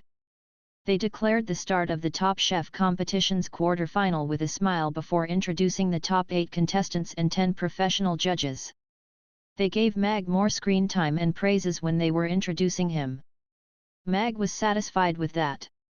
It meant that the programming division did try to be fair to him. Is he Brother Righteous? I love him, love him. This chap has thick brows and big eyes. He's a handsome chapter. Darn it. That smile. Mama, I'm in love. The comments were all over the screen. It was obvious how much the netizens cared about Mag. After the introduction and 2 ads, the MCs declared the start of the quarter-final. There is a huge change in the rules in this quarter-final match. The programming division only provides the ingredients pantry but will no longer dictate the dishes. All the contestants can choose any of the ingredients from the pantry and must finish cooking within 2 hours. Those who finish first, will be judged first. The professional judges will do a comprehensive judging according to the contestants' performance.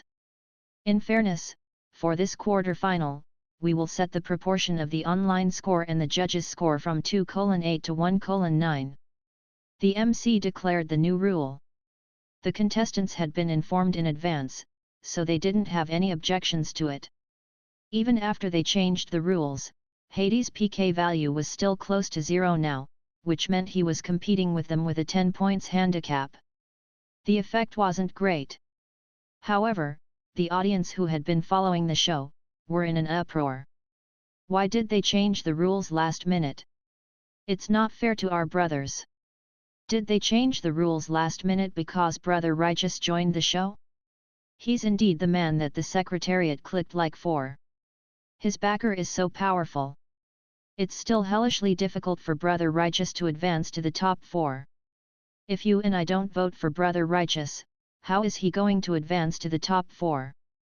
Let's vote for his PK value. Mag's PK value increased from 1 million plus to over 5 million quickly with the help of his fans, and it climbed towards 10 million steadily. Mag knew nothing about it. There was only one thought in his mind now. He had to gain 10 points on the contestant in the 4th place in order to advance to the top 4. The pantry was open and hundreds of ingredients, ranging from seafood to animal products from the mountain, appeared on the giant screen. They had everything. I want a yellow dragonfish. I want a black jade turtle. 1. The contestants began to choose the ingredients that they needed. This pantry had all the ingredients for all the dishes that the contestants knew how to cook. It was to prevent the awkwardness whereby the contestants had no dishes to cook. Mag was placed at the 8th position. He listened to the contestants choose the extremely precious ingredients calmly. Now, can contestant Hades choose the ingredients you need please? The MC said to Mag. I need a Haley goat, 3 lemons. Mag said a list of ingredients. On the judges' table, an old chef with white hair called Hunter said with surprise, a Haley goat? Is he going to make a mutton dish on the Top Chef competition? It's indeed rather weird. All the other contestants are using the best ingredients and he simply chose a normal Haley goat. The judges around him agreed too. Perhaps, he can make mutton into a delicacy. Nancy said with a smile. That makes me look forward to it. Old Hunter agreed with her. Mag's choice in ingredients had caused a discussion among the netizens as well. The yellow dragonfish was an 8th-tier magic beast that only appeared in the extremely cold waters of the Northwestern Territory. It was rare and powerful and was an extremely precious being that most people had never seen before, let alone tasted. The black jade turtle was even more precious. Apparently, its shell was a natural gemstone. Any shell with a diameter bigger than 10 centimeters would be auction-worthy. It was obvious how precious this black jade turtle was. The ingredients chosen by the other contestants were equally precious.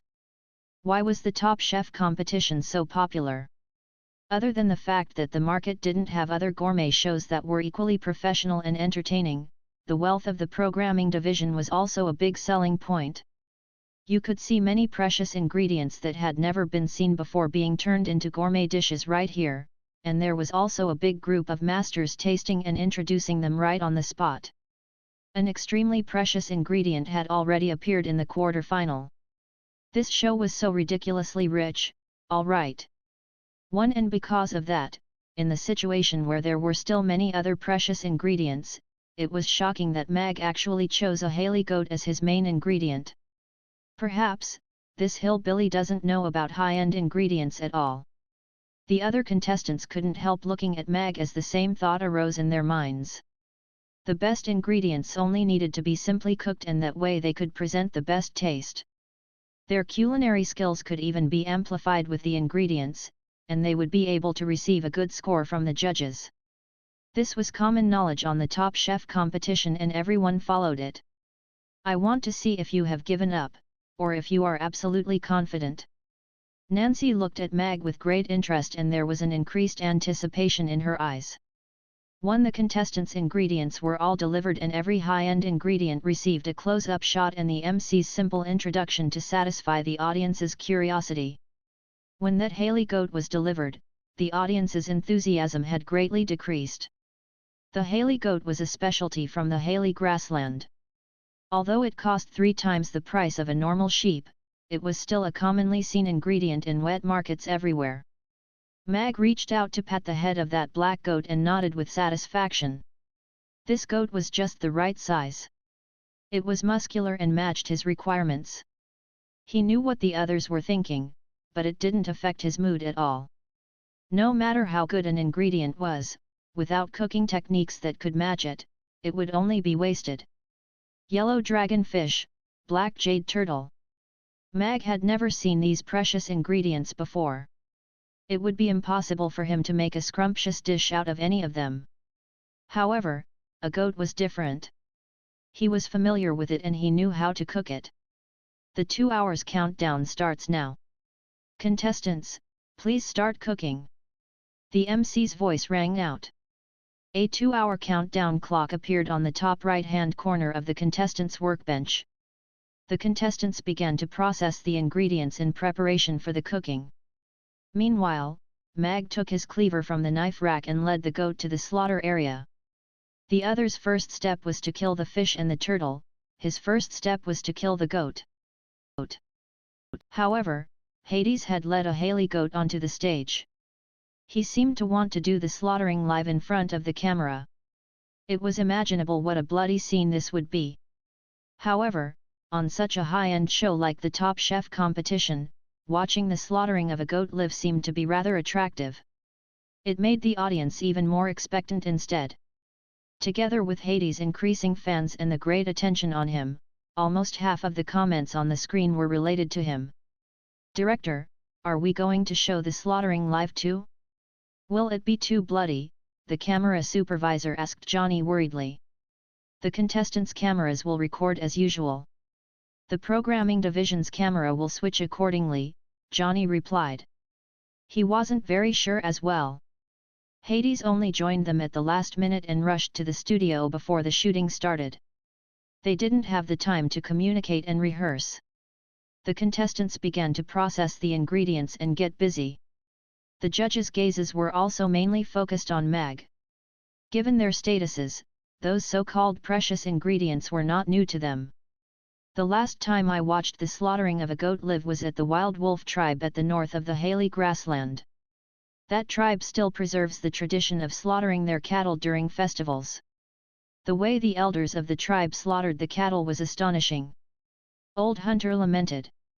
The young food critic, David, smilingly asked, "So? Will a personally slaughtered goat have more soul?" It is a form of ritual. Of course, using the words you youngsters like to use, it's not wrong to say that a soul is being infused. Old Hunter nodded with a smile. The head chef of Tucker Restaurant, Julian, sneered. I think he is slaughtering the goat live as a gimmick. This is his first competition. I think he's here to show off his skills. Some judges refuted him. We will find out soon if it is a gimmick or if he has real skills. Nancy curled her lips and looked at Hades. She didn't know why, but she had an unknown confidence in him. The judges' conversation was cut into the live stream. The judges' arguments were also one of the show's highlights. Slaughtering a goat was definitely bloody. Slaughtering any big mammals would be bloody, for example, a group of men slaughtering a pig on the New Year's Day.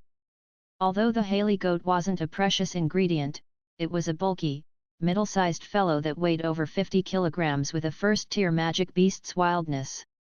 It wasn't something that a normal chef could handle alone easily. Mag didn't want to leave a blood butcher's impression on the viewers for his debut show, so the slaughtering scene had to be graceful. He led the Haley goat onto the slaughtering platform effortlessly like a chick. His first step was to let out the blood. The knife slit the goat's throat and a tube that was prepared in advance was stuck into the wound. It was to prevent the blood from splattering everywhere. Then, it was to remove the skin and fur. Mag made a few cuts on the goat with his knife and pulled a few times. As though he was removing the clothes for the Haley goat, the wool and skin was removed easily.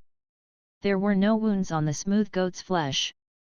There was no wool left over either. It's such a relief to watch this technique. The goat, what's happening? Where's my wool coat? I have a ranch and frankly speaking, the machine didn't do it as well as he did. The bullet CHAT-1 was obviously shocked by Mag's technique. Praises appeared all over the screen. After removing the skin, Mag cut open the goat's stomach. He removed the organs and used water to clean the goat's interior. Then, he began to cut open the goat's ribs. The cleaver stabbed in close to the ribs. He avoided all the hard bones with precision and cut open the tendons, flesh, and skin. He removed 2 big ribs from the goat's body. The 50 kilograms big goat had 12 rib bones on each side. There were 2 big ribs. Mag looked at the high-quality goat ribs in his hands and nodded with satisfaction. The programming division had indeed provided good quality ingredients. Mag didn't stop after removing the ribs. Instead, he cut up the whole goat.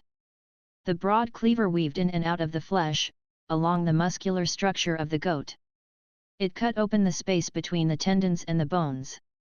Mag applied strength along the bones' joints. Not a single cut landed on the bones. The whole process was smooth as though it was an artistic performance. In a few short minutes, the whole Haley goat was dismembered into a pile of ingredients. The ribs that were suitable for barbecuing, the rump steak and shoulder blades that were suitable for making kebabs, the parts suitable for stewing. According to the different cooking methods, Mag had already cut up the meat neatly. His technique is awesome. Hunter looked at Mag with amazement. One can't have that kind of skill without slaughtering over 10,000 goats, right? David was equally amazed and he made a joke. Did you guys find the contestants from the abattoirs? Julian looked awkward. He turned his gaze to somewhere else and pretended not to see it.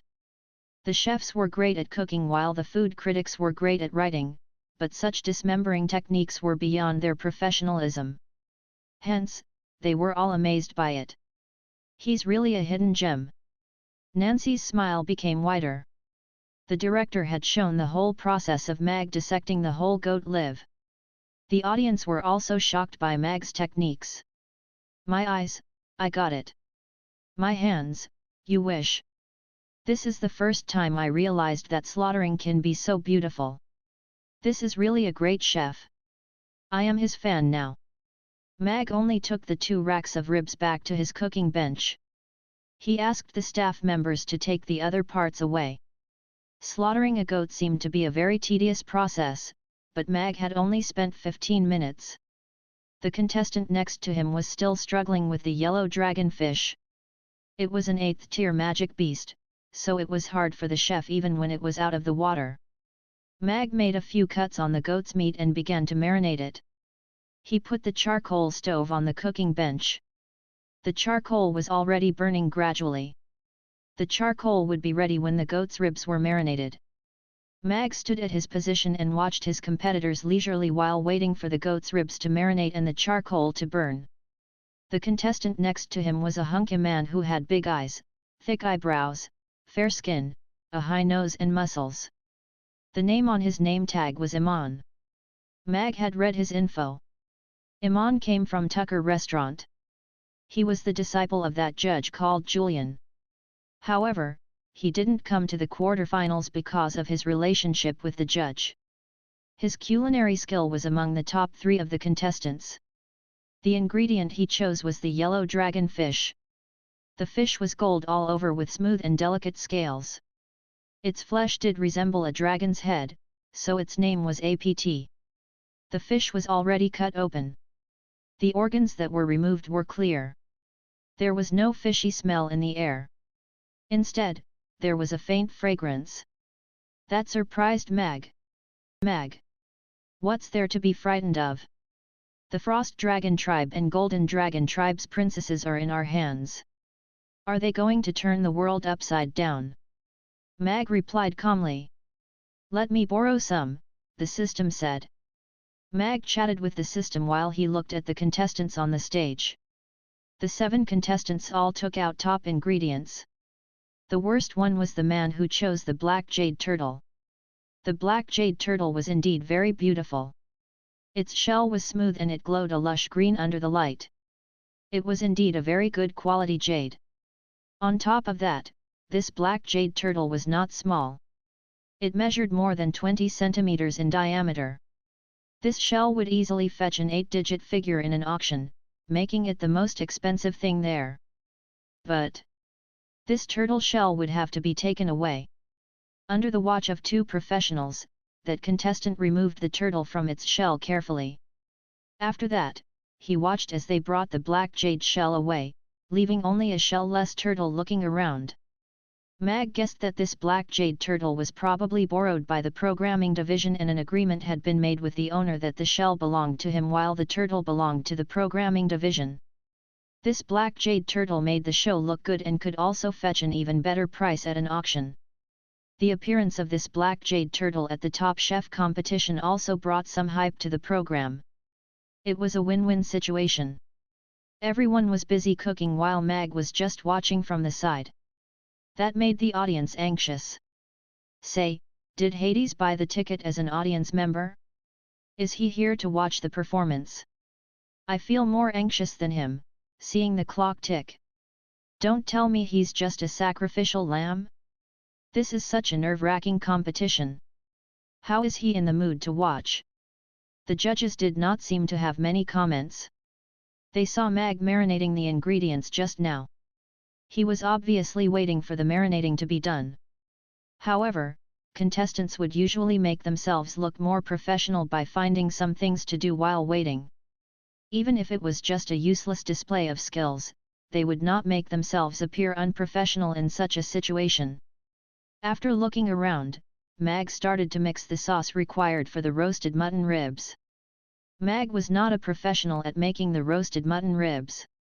He had never gotten any recipes from the system, and neither had he been through the hell training in the test field for the god of cookery. However, in his travels, he tried some roasted mutton ribs and lamb shank.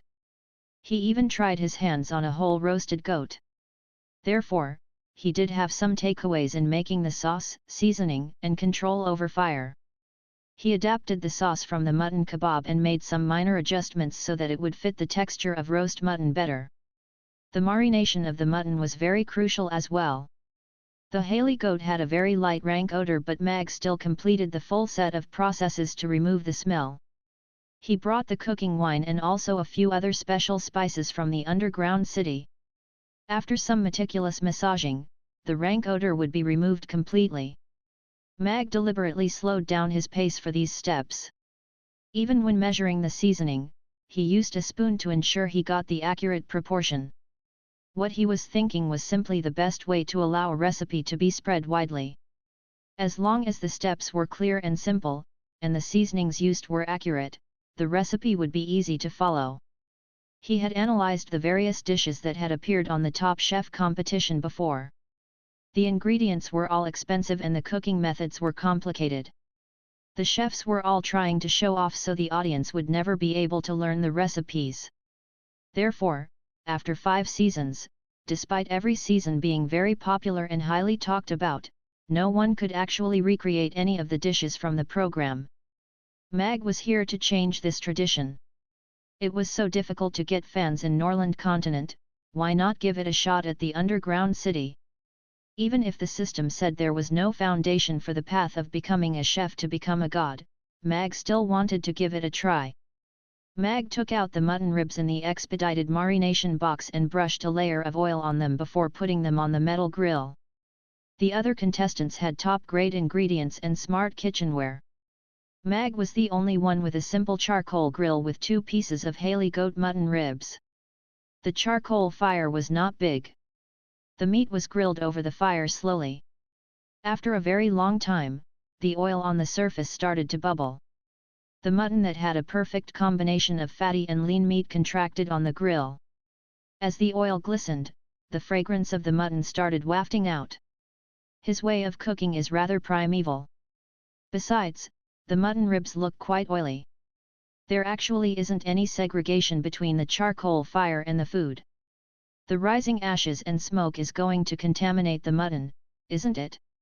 Those messy seasonings added together is an even bigger disaster. I can't imagine how horrible it would taste, David said with a frown. As a gourmet with mysophobia, he had very strict requirements for food hygiene. Yes, such a dish cannot be brought to the customer's table in Tucker restaurant. Food safety and hygiene is the most important thing in the food and beverages industry. Julian nodded in agreement. In that case, you guys haven't seen a whole roasted goat on top of a charcoal fire. I think Hades's cooking method is a very good display of one of our traditional cooking methods. The charcoal fire and the mutton ribs are only separated by a metal grill. The grease dripping from the mutton onto the charcoal fire will bring the flames up a little. This is the first time we see such use of raw fire on the Top Chef competition. Old Hunter did not conceal his admiration for Mag. He praised him instead. Since so many chefs from various places have gathered here, we should be more embracing towards each contestant's performance. I agree with Old Hunter. Raw fire was a phrase that I only saw in books in the past few years, and this isn't a good thing, Nancy said with a smile. The judges were seated not far away from the workbenches, so all the contestants could clearly hear the judges' comments. Some contestants looked at Mag with sympathy. A contestant who received such an outright negative comment from the judges would not usually go through to the next round. Mag was relatively calm. He was here to overturn the mainstream culinary rules of the underground city. The charcoal roasted mutton ribs were just a side dish. There was no need to overreact. The smart kitchenware would definitely be accurate. However, the smell of cooking would be lost. Food that was prepared over meticulously might be healthy, but Mag felt that it would lose its soul. As half the time passed, the contestants on stage started reaching the end of their food preparation, be it braising, boiling, or stir-frying. Fragrances of all types started wafting out from pots. There was a unique battle of smells dancing in the air. This was something the programming division planned. The smells would not be segregated to allow the judges to clearly smell the fragrance made by each contestant while they cook. Whether or not one's dish could get a winning start would depend on each individual's capabilities. Chapter 2440 Go, Haley Goat. The aroma in the air was rather enticing, but to Mag, these aromas were a little bland. That was the main ingredients umami, like the yellow dragonfish from Iman. After steaming, the umami of the fish was magnified and became even more enticing. But, that was all. Even though he also agreed with the idea that high-end ingredients should be handled simply, if a high-end ingredient had a matching high-end cooking technique, it would win over the former many times. The mainstream cooking concepts of Underground City now were health first and original taste second. The concepts were not wrong, but overemphasizing on these two concepts would lose many other tastes. Like a person who only ate fresh fish soup, he could never experience the sourish spiciness of the spicy and sour sliced fish and the fragrant spiciness of the spicy grilled fish. The 7 other contestants obviously followed that concept as well. Be it the boiled black jade turtle in clear soup, or the steamed yellow dragon fish, they all followed that rule. This was also why half of the judges didn't favor Mag, as this was against their cooking concept. The goat ribs were flipped to the other side and the aroma that had just spread was pressed down again. The speed of the charcoal grilled goat's ribs couldn't compare to the speed of their high-end kitchenware. It had to be grilled over a mild fire slowly, otherwise the inside would be rare and the competition would be all over. Mag wasn't in a hurry. He still had an hour more, so he didn't have to be the first to serve his dishes. It's indeed the black jade turtle. Simply boiling it could release such an enticing aroma. I think Iman's yellow dragonfish smells even better. Even though it was steamed, that secret sauce makes the umami even better. He's indeed Julian's disciple. The yellow dragonfish's aroma is indeed not bad. It has suppressed the other aromas. The judges didn't idle around. They began to smell and comment on the dishes. The contestants had received mainly positive comments from the judges. This is weird. Why didn't we smell any mutton aroma? Julian looked at Mag and smilingly said, could it be that the charcoal's fire has died down? It's normal that we can't smell it. The other contestants are all using top-tier ingredients. The Haley goat's aroma will naturally be suppressed. The contestant should have considered that when he chose his main ingredient, David said. It was also a reminder to the other contestants that they should be more careful when they choose their ingredients in the competition later. Nancy looked at Mag. His expression was still calm and collected. He was brushing oil onto the goat's ribs with a brush. He didn't seem to be affected by the judges' comments. His focus and calmness made Nancy stare at him in a daze. Is a focused man indeed very charming? Nancy regained her wits and smiled from the bottom of her heart. She didn't expect herself to stare at a contestant in a daze. This situation had never happened before. Go, Haley Goat. Go, Brother Hades. Could it be that only high-end ingredients can create scrumptious food? Could it be that these judges eat yellow dragon fish every day? I don't care. I just want to support Brother Righteous. Go against the flow. Prove them wrong. This is the first time I've seen a dish that I can afford on the Top Chef competition. I hope he gets a good result. Compared to the judges' pessimistic comments on Mag, the comments on the bullet chat were completely the opposite. They were all supporting Mag judges. I am done. The contestant, Alfonso, who chose the black jade turtle, spoke up. He was the first to finish. The camera panned over to Alfonso's cooking bench and zoomed in on the dish. The black jade turtle's shell was already taken away and the black jade turtle that was cut into a few pieces, was pieced back into a complete turtle again. He also carved out a shell with some kind of melon to hold the turtle together. It looked rather beautiful.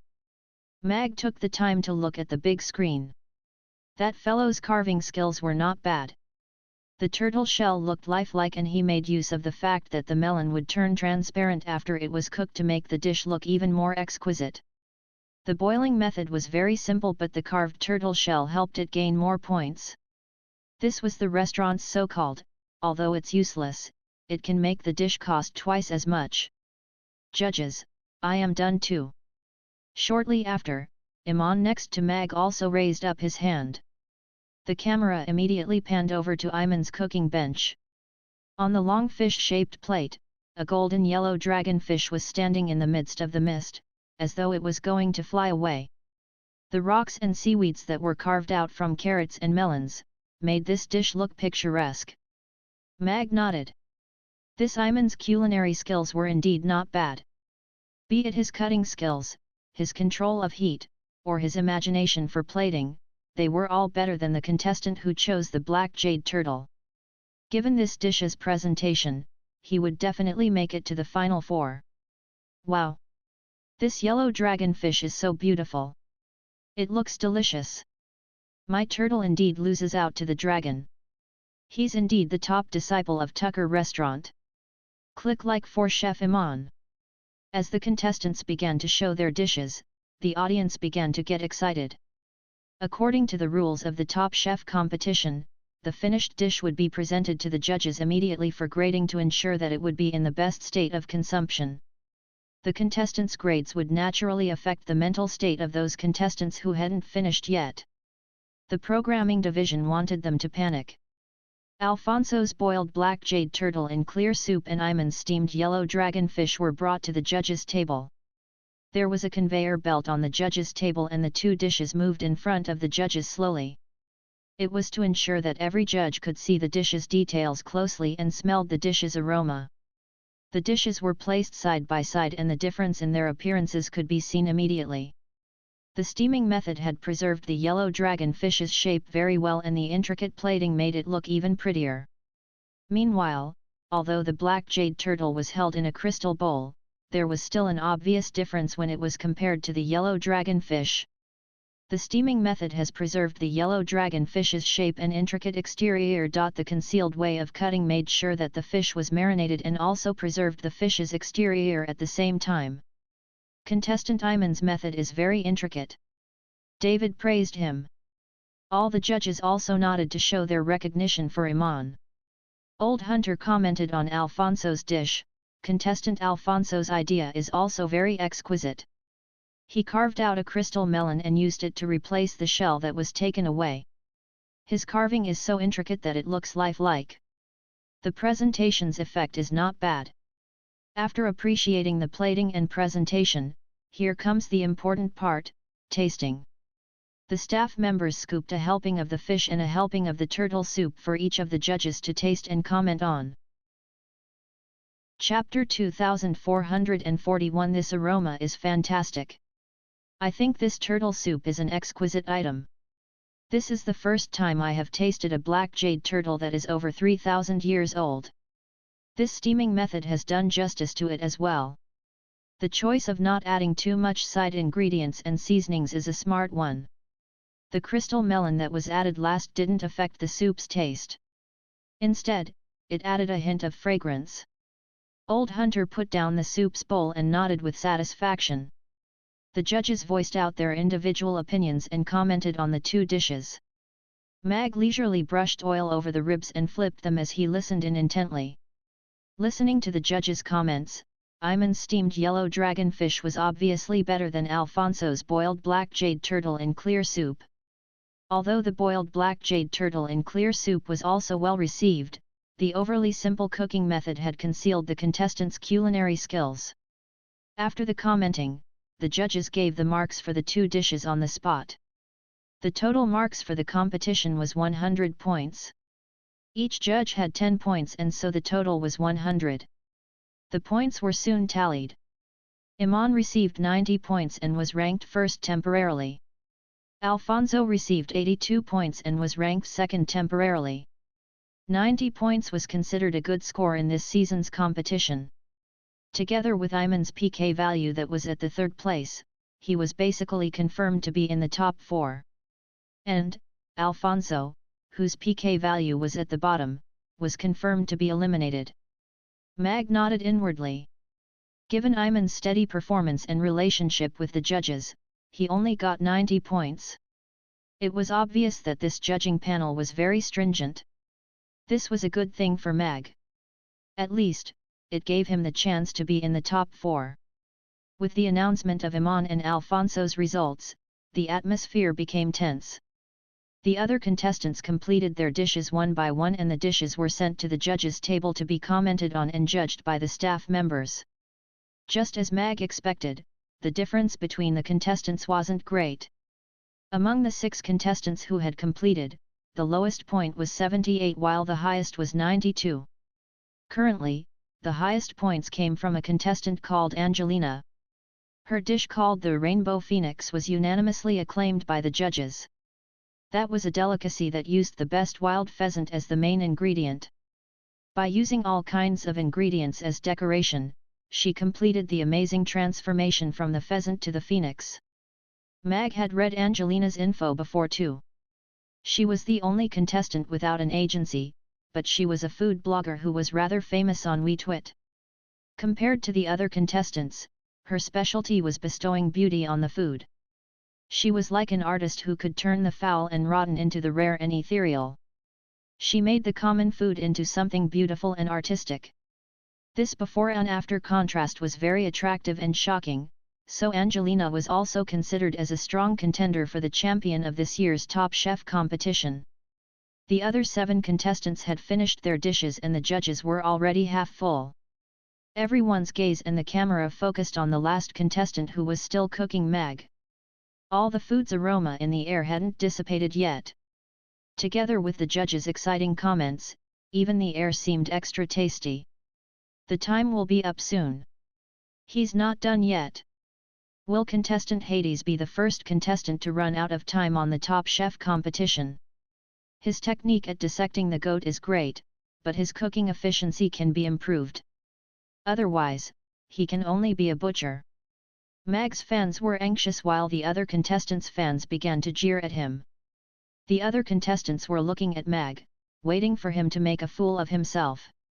Although the contestants who were eliminated were sad, they felt much better looking at Mag. Meanwhile, those contestants who thought that they had advanced, felt even more relaxed. The judges were not in a hurry. Anyway, they couldn't get off work before the show was over. Rather than them trying to make things up to talk about, it was more interesting to have a contestant present who they could comment on. There is a reason why the ancient method of grilling over charcoal was eliminated. Not many customers could spend so much time waiting for it, Julian said smilingly. He was in a great mood right now. His disciple had advanced into the top 4 in the second place. Other than the ancient tribes that preserved their traditions, such a cooking method is rarely seen now. Not being hygienic enough was also an important reason why it was eliminated. David nodded too. What do you know about grilling over charcoal? Grilling the meat over a small fire is the essence. I think that this young man is patient, steady and experienced. He has great potential, Old Hunter said honestly. David looked unhappy and his voice became a little more sinister. I think he just wants to drag it out and get eliminated for not presenting it in time. It will save him and his pride from the judge's comments. Right then, a rich grilled meat's aroma pierced through the messy aromas in the air and surged towards the judges like an arrow. Smells great. All the judges' eyes lit up at the same time. They stopped arguing and turned to look at Mag.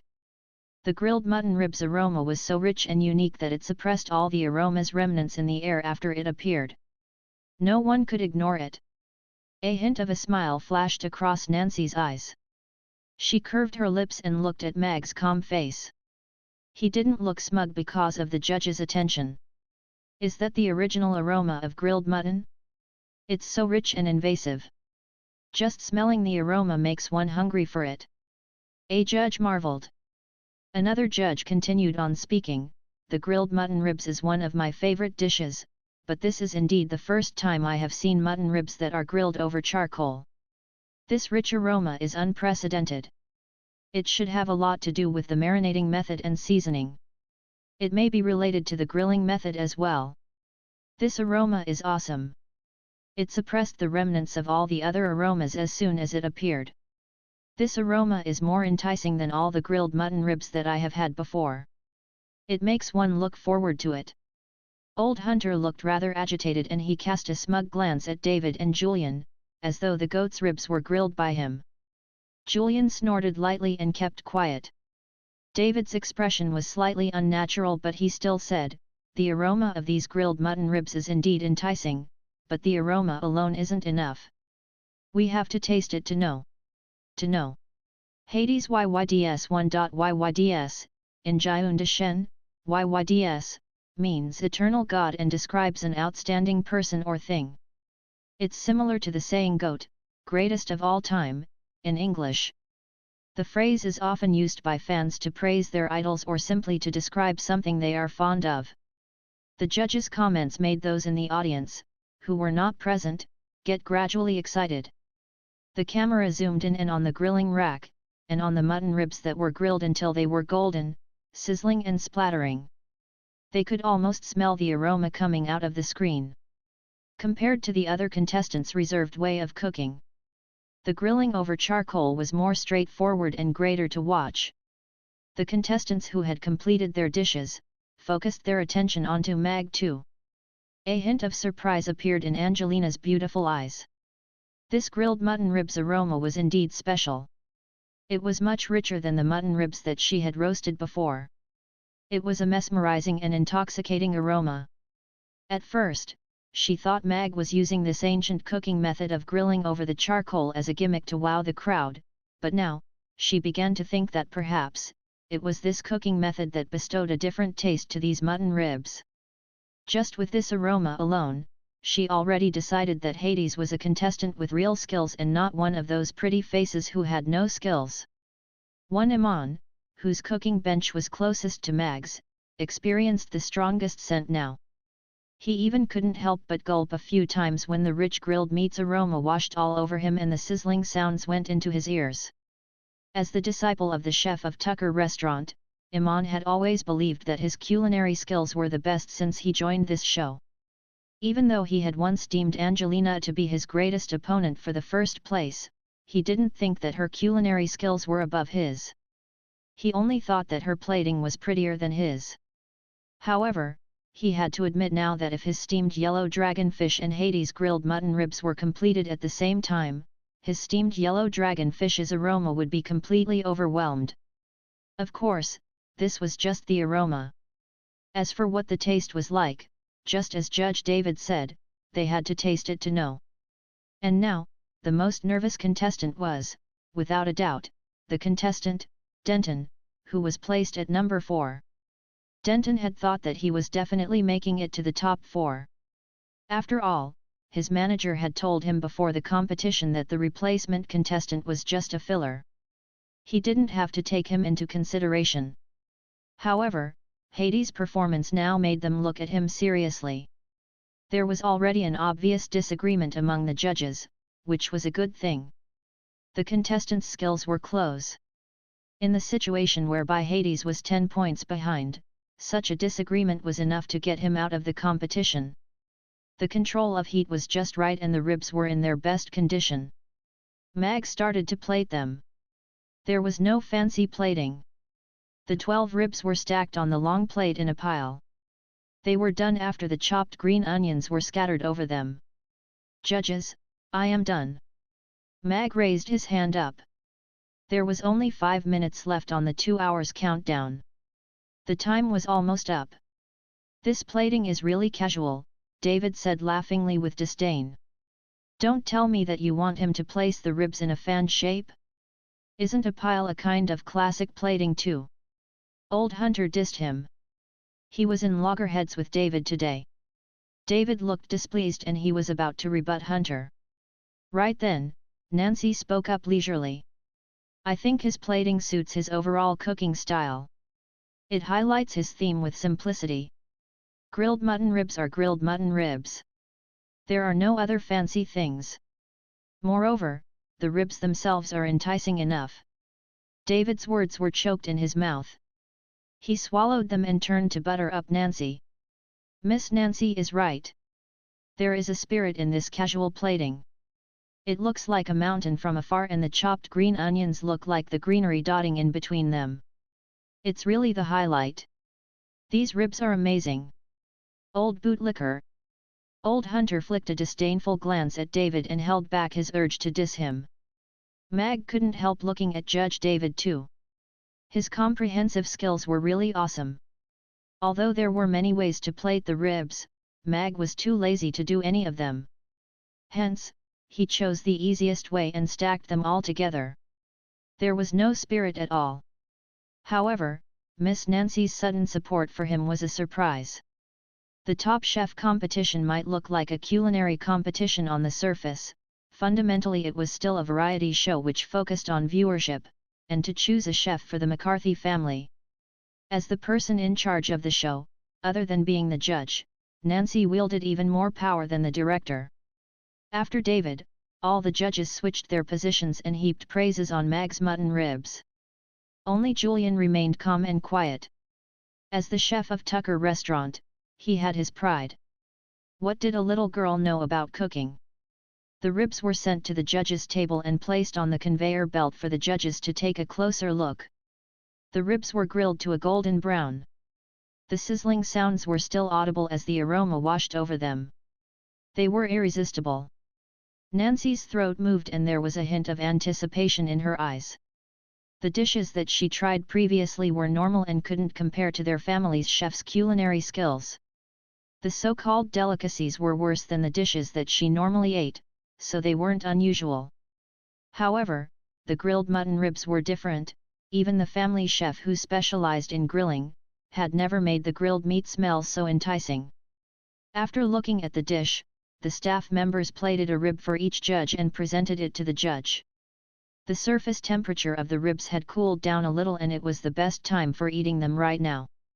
Nancy picked up her fork and knife gracefully and cut off a piece of meat from the rib before putting it into her mouth. She pursed her lips and chewed gently, savoring it carefully while maintaining her always graceful persona. However, in the next moment, she lost her control. The skin that was grilled till it was crispy, was wrapped around the succulent mutton. With only a gentle bite, before Nancy could react, the juice and fat exploded in her mouth. The slightly spicy fat melted on the tip of her tongue and triggered her taste buds instantly. Nancy opened her mouth slightly and made an enticing moan. Yes. Nancy realized she had lost control and blushed slightly, but her gaze was still fixed on the rib in front of her. Her fork and knife cut another piece of meat and she popped it into her mouth. The long-lost surprise for food made her a little excited. Even though she had led a wealthy lifestyle since she was young, she had lost most of her interest in food. However, it was just because of that she wanted to search for more tastes and thus, came to the Top Chef's variety show. She was rather disappointed in this year's Top Chef competition. It didn't let her find a whole new taste. She didn't expect a replacement contestant, who was found at the last minute, to give her the greatest surprise. Chapter 2443 This rib is awesome. Miss Nancy has had an aloof expression the whole time. I didn't expect her to lose her composure over these grilled mutton ribs. Looking at her mesmerized expression. Is it really that delicious? The bullet chat refreshed crazily. The discussion was especially heated regarding Nancy losing her composure over the grilled mutton ribs. Is it real? Is that newcomer so good? The director had a weird expression as he looked at Nancy, who was immersed in eating the mutton ribs. He changed a few lines in the script that he was holding and went into deep thought. The other judges began to try out the grilled mutton ribs. Old Hunter put on the disposable gloves and picked up the rib that was as thick as a child's arm. He pinched the meat with his fingers. The surface was slightly tough, but the meat's texture was still tender. Then, he took a bite. Under the crispy skin, the juice in the tender meat squirted out. The slightly spicy taste had seeped into the meat together with the light fragrance of the fruitwood charcoal. The savory sauce gave the mutton a rich taste. The tendon that clinged onto the bone gave him a layered sensation when he chewed. It was oily but not greasy. This rib is awesome. Old Hunter's eyes widened a little and he praised it with greasy lips. He didn't make other comments and simply took another bite of the rib again. He chewed carefully with narrowed eyes and a mesmerized expression. Is he exaggerating? David gave Old Hunter a side glance before looking at Nancy, who only tasted the previous dishes once and was now digging into the rib. He also cut out a piece with his knife and fed it into his mouth, despite his aversion to direct grilling over the charcoal's fire. David's eyes widened as soon as the meat entered his mouth. The rich fat in between the meat exploded in his mouth and the seasoning on the crispy skin was perfect. With that bite, he saw the agile herd of goats running on the grassland. They were the elves on the grassland. He saw the red charcoal, and the fragrance of fruitwood charcoal blossomed quietly during the burning. He saw the scene where his forebears grilled food over the fire. Everything was like a dream and it subverted his thinking. This scrumptiousness was explosive and irresistible. There was no way to resist it. As one of the top food critics in Underground City, he had tasted almost all the famous chef's dishes. He was the judge for the Top Chef competition for the past 2 years. Frankly speaking, the majority of the contestants' potential were limited. They had a gap from the real masters. For example, Iman's steamed yellow dragonfish was inferior to Julian's. For the show's effects, he would usually say some praises. However, this rib was a thunder in a clear sky. It occupied a region in his heart alone. Yes. To him, this was undoubtedly an astonishing delicacy. It was a dish that was comparable to the top master's best dishes. I think I might have been wrong previously. I was very wrong. David looked with hot tears in his eyes before taking another bite. So good. The judges were so mesmerized by the grilled mutton ribs that they forgot to comment. This situation had never happened on the Top Chef competition before. I, David, will rather starve than eat a mouthful of grilled mutton ribs. In the next second, so good. A scene where everyone is proven wrong. It makes me so hungry. Are there any restaurants in Tucker City that have grilled mutton ribs? Maybe not today, but there definitely will be tomorrow. The audience in front of the screens were craving it so badly. In the Twin Towers, a collie was gulping on the sofa as she ordered her secretary at the side, "Didn't Brother Hades grill 12 ribs? They ate 10 of them, so there are 2 left. Go get them for me." "Young mistress, this..." The secretary looked hesitant. "This is the McCarthy family's show after all, and Miss Nancy is in charge of it. I'm afraid we are not able to ask for that." "If we can't ask for that, then snatch them. The Mocha building is not the Twin Towers," a collie said matter-of-factly. "I'm confident that we can breach the Mocha building, but, this is a live show that hundreds of millions of people are watching right now. We might cause a bad influence." The secretary reminded her gingerly. Sweat was already beading on her forehead. She couldn't imagine how furious Master would be if that really happened. Akali flicked a glance at her and seriously pondered for a while before saying, "Forget it. I'll send a message to Nancy directly. She will give me respect." "That will be for the best," the secretary said fawningly, but she was secretly dissing inwardly. "The hell would Miss Nancy give you the respect?" Seeing that everyone was marveling over this grilled mutton rib, Julian also cut a piece of meat off. The razor-sharp dining knife sliced open the meat and the fat and juice squirted out from the cut surface. The gleaming meat aroused his appetite. The crispy exterior and tender interior was, without any doubts, the grilled meat's best state. Hades had used the most primitive charcoal grill without any precise temperature control. It was difficult for him to control the temperature, and yet he grasped the perfect temperature. That was really hard. Putting the mutton into his mouth, the crispy exterior engulfed the tender meat while the fragrance of the charcoal was wrapped inside. Its taste was so unique and distinct that the other grilling methods had never achieved such a level. Judging from the mutton's state, Hades' control of the temperature was perfect. It could easily be overdone or undercooked, but yet, it was perfect. The precise kitchenware had provided many conveniences for the chefs and greatly lowered the threshold to become a chef. For example, the temperature that was the hardest to control could be done with a timer. And, even the seasonings came with their own measuring equipment. Back then, when he was learning how to cook, his master had given him an old set of kitchenware that had all the automated parts removed. This was so that he could learn how to cook himself and not depend on the fully automated kitchenware completely. A few hundred years had passed and he had become the Tucker restaurant's head chef. Other than the VIPs that came occasionally, he was rarely busy in the back kitchen. The chefs now could make his signature dishes steadily with the precision kitchenware. There was a slight difference, but the normal customers were not able to taste it. Iman was, without a doubt, the best among his disciples. He was the disciple whom he was most proud of. However, the rib in front of him sent him back down memory lane. Those days when he was scolded by his strict master. Those days when he was sweating like mad in the simple back kitchen. Those days when he was ecstatic over the minute improvements in his culinary skills.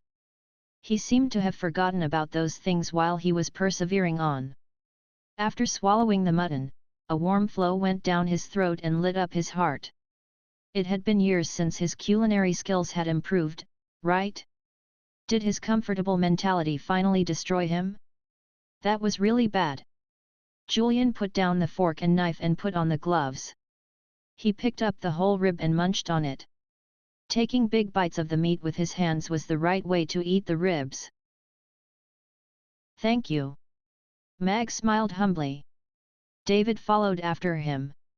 After eating his rib, he looked at Nancy, who was still eating her rib gracefully. One had to know that she only ate a small bite of the previous 7 dishes. Obviously, she was very satisfied with that mutton rib. "First of all, I would like to apologize to Hades for my earlier rashness and recklessness. After the tasting, it's obvious that he has found a perfect balance point between food safety and scrumptiousness. He has shown us the real core of delicious food with an ancient cooking method. Extremely precise cooking equipment may not create absolutely scrumptious food. The charm of an experienced chef handling everything is more admirable. Just as old Hunter said, this rib is also the best that I have ever had. Be it the control of the heat, or the seasoning, they were perfect. It's astonishing. It's foreseeable that this dish will create a grilled meat craze and bring new ideas to the world of grilled meat." David looked at the camera and commented about the goat ribs. All the judges looked at David strangely. Although this grilled mutton rib was delicious, given David's prideful character, why would he admit his mistakes publicly? This matter was indeed weird. Mag raised his brows slightly, but he still nodded with a smile. It's rare to hear such a great comment from David. Furthermore, he apologized first before he commented. "I'm asking again. Can we have the same charcoal grilled mutton ribs somewhere in Tucker City? If there is somewhere, I'm going there right now." I think that Brother Righteous has a great chance to advance today. I did my calculations. According to the programming division's rules, if Hades wants to advance, he has to get 96 points from the judges before he can advance into the top 4 with a minute 1 advantage. The netizens refreshed the bullet chat crazily. Mag had done his calculations inwardly too. According to the real-time PK value calculations that XI told him telepathically, he did indeed need to receive 96 points from the judges to defeat the current 4th place. Although he had a lot of traffic today, it was only one morning. Till now, his PK value was only 3 after conversion. Of course, this was already better than the 0 points that he had expected at first. Currently, the contestant in 4th place, Denton, had a combined score of 88.5. Looking at it now, his situation was still not bad on the surface. Denton, who was at the side, could no longer remain calm now. He kept looking towards his manager below the stage. Although he knew that Mag's online score was very low, he wondered if the judges' great comments would cause the situation to change. The contestants who didn't take Mag seriously before, began to be concerned and wary of Mag. After David finished commenting, Nancy also put down her cutlery. She had eaten the entire rib clean with a fork and knife. Only a little tendon's membrane was still stuck to the bone. The other judges weren't in a hurry to express their opinions. They seemed to turn their gaze to Nancy. This show was still decided by Nancy, including the top 4's name list. They had received it before the competition. However, this contestant who appeared suddenly, was too amazing. Miss Nancy, who usually didn't eat much on the show, actually finished a whole mutton rib. This was an unexpected change that wasn't in the script. And when David, who was usually very glib, decided to praise Mag shamelessly, it made them decide to comment after Nancy made her decision. Nancy wiped away the grease on her lips gracefully and looked at Mag with an unconcealed appreciative gaze. She was rather disappointed in this year's Top Chef competition. None of the dishes had surprised her. She had decided that even the champion was not going to enter the McCarthy Manor's kitchen. However, she had changed her mind today. She was going to have this man. Just with these grilled mutton ribs, Nancy had already decided to let Hades enter the McCarthy Manor's kitchen and be in charge of grills. Even though she couldn't eat grilled mutton ribs every day, it was still an extreme scrumptious experience for either a friend's gathering or a snack. Furthermore, it was difficult for the other chefs to replicate it, which meant that he was irreplaceable. This is the first dish that I have finished in this year's Top Chef competition. Nancy looked at Mag and smilingly said, Hades has made an astonishingly mesmerizing dish with a normal Haley goat.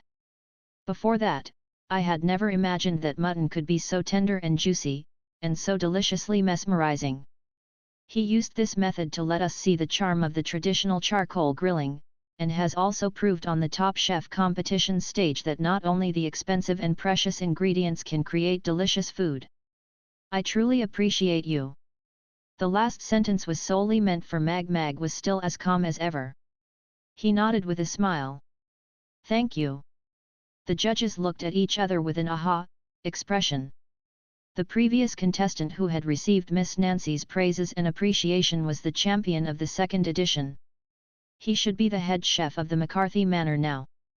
Hence, all the judges after her were heaping praises on Mag. They weren't stingy with their praises at all. Is this mutton rib really that scrumptious? Johnny looked shocked. The script was in a mess now, but Miss Nancy was the one who changed the script, so he couldn't be unhappy at all. He altered the script with a frown as he told his assistant, "Aren't there still 2 ribs left? Go get them for me to try them out." "Sure." The assistant quickly strode off. This was considered as one of the director's team's benefits. The dishes that were left over by the judges were processed by them. "Pack the remaining 2 ribs for me. I'm bringing them home." Right then, Nancy's voice appeared in his ear telepathically. Johnny's expression froze, but he quickly nodded in agreement. "Director." The assistant swiftly returned with the plate and offered him the 2 ribs. Johnny gulped when he looked at the ribs and tried his best to move his gaze away. Pack them in the highest manner possible and put them in the warmer. You are not tasting it now. The assistant was perplexed. I want to, but the lady boss doesn't allow me to. Johnny was miserable as he covered his face and said, how can we fool around during work time? Bring them away. Away. Achieving it via Nancy would seem very safe. Of course, if he could win the competition, he would also be able to gain a foothold in the underground city's gourmet circle. All the judges had made their comments. All, except for Julian, who had just placed the bones of cleanly eaten mutton ribs on his plate. The camera naturally focused on him. Iman looked at his master closely. His master had always been very strict. He had barely heard him compliment anyone since he learned culinary skills from him when he was young. Denton's face was as pale as a sheet. It was as though he saw the slot for the top 4 position fly away from him. These mutton ribs are indeed rather unique. You can tell the chef's attention to this dish based on the infusion of fruit charcoal and the tender meat wrapped within the slightly charred surface. The cooking method seems easy, but it actually demands a lot from a chef to be able to control the heat well. This might just be basic for a chef, but most chefs have lost this skill because of the extremely accurate kitchenware. I think the charcoal roasted mutton ribs are the best dish for today, Julian declared. The judges looked at Julian in shock. The nickname Iron Face Julian did not come by for nothing. Julian did not even spare his disciples from his dishes but actually gave Hades, a contestant he did not think could make it, such a positive compliment. This, I agree, Old Hunter nodded in agreement. The chefs nowadays have already forgotten what cooking is all about. They have all become tools of recipes and kitchenware. Upon hearing that, the contestants on the stage all looked down, avoiding eye contact with the judges. What, a compliment? Iman was shocked. He had never heard such a compliment in the past 10-odd years. Even in the last 3 seasons of the Top Chef competition, he had never heard his master compliment someone like that. Done for, I'm really done for, Denton muttered under his breath. Even Julian, the strictest judge, gave him such a good compliment. Hades would most likely get above 90 points from the judges. Thanks for the comments. Now, can we have the judges award their points for Hades' dish, the MC said. The judges stopped discussing and started marking their points seriously. I'm so nervous. Can Big Brother Hades make a comeback? Although he was complimented, I think the chances for Hades to get through to the next round would still be slim. No one had gotten higher than 95 points in this season's Top Chef competition yet. He will only be able to make it through if he gets 96. It's already unfair to the other contestants that he was brought into the show last minute. It's only right if he was eliminated. The audience before the screen was very nervous as well. What a difficult decision. I want Brother Hades to be eliminated, that way, he would be mine. But I want him to make it through to the next round too. I don't want to see him upset when he gets eliminated. What should I do? On the top floor of the Twin Towers, Akali had a distressed expression as she chewed on the mutton ribs in her hands. During the program recording, she could not get through to Nancy's phone. The mutton ribs did not come from the recording site. It was a substitute her secretary got for her at the last minute. It was the mutton ribs with the best reputation in Tucker City. The mutton ribs in her hands tasted pretty good, but she was still craving the one Hades made. She could tell that Nancy was beginning to take interest in Hades, and that was why she said such shameless words. The Top Chef competition was actually just a competition to choose a chef for the McCarthy Manor. Those in the industry all knew it very well. But that was precisely why everyone wanted to join the competition. It was so that they could join the McCarthy family. To be chosen by the top 10 families meant that one would not need to worry about putting food on the table and would even be highly respected.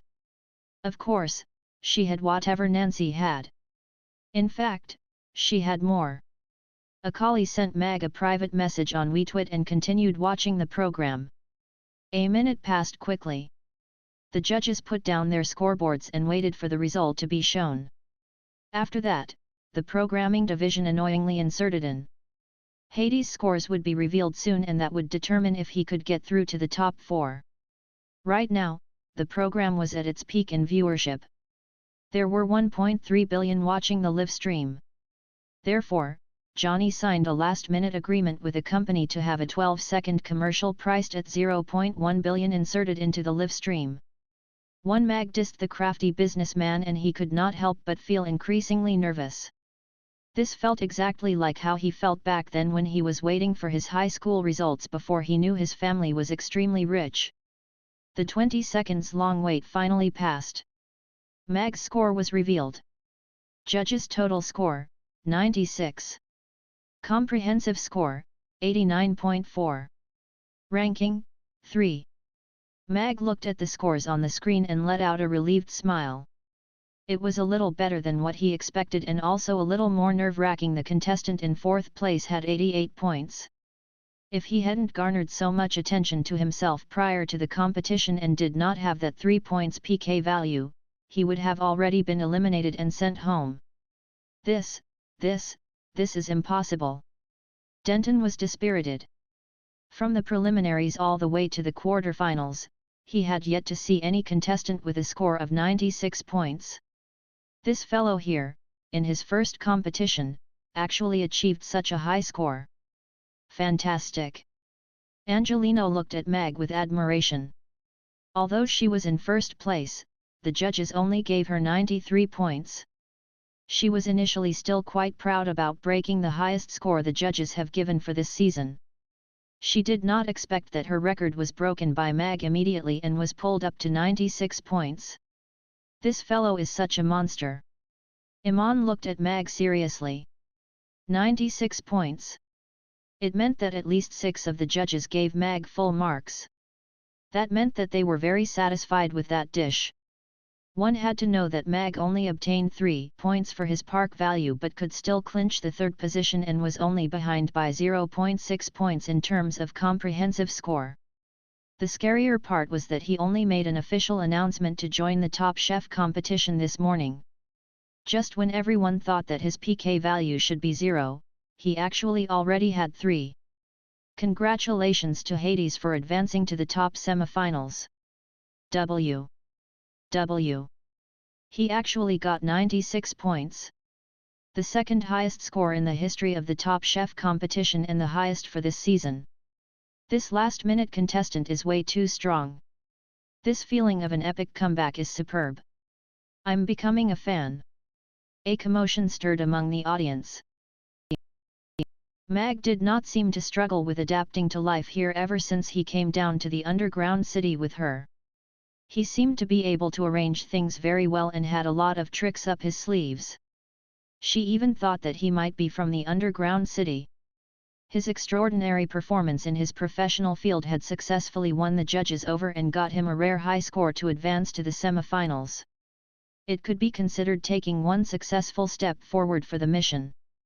The name list for the top 4 was out, and coming in first place was Angelina, who got 92 marks. Iman came in second place and Mag was in third place with only a 0.4 points difference.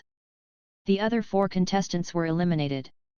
"Sir, I have a question." Denton stood out angrily. Everyone looked at him a little sympathetically.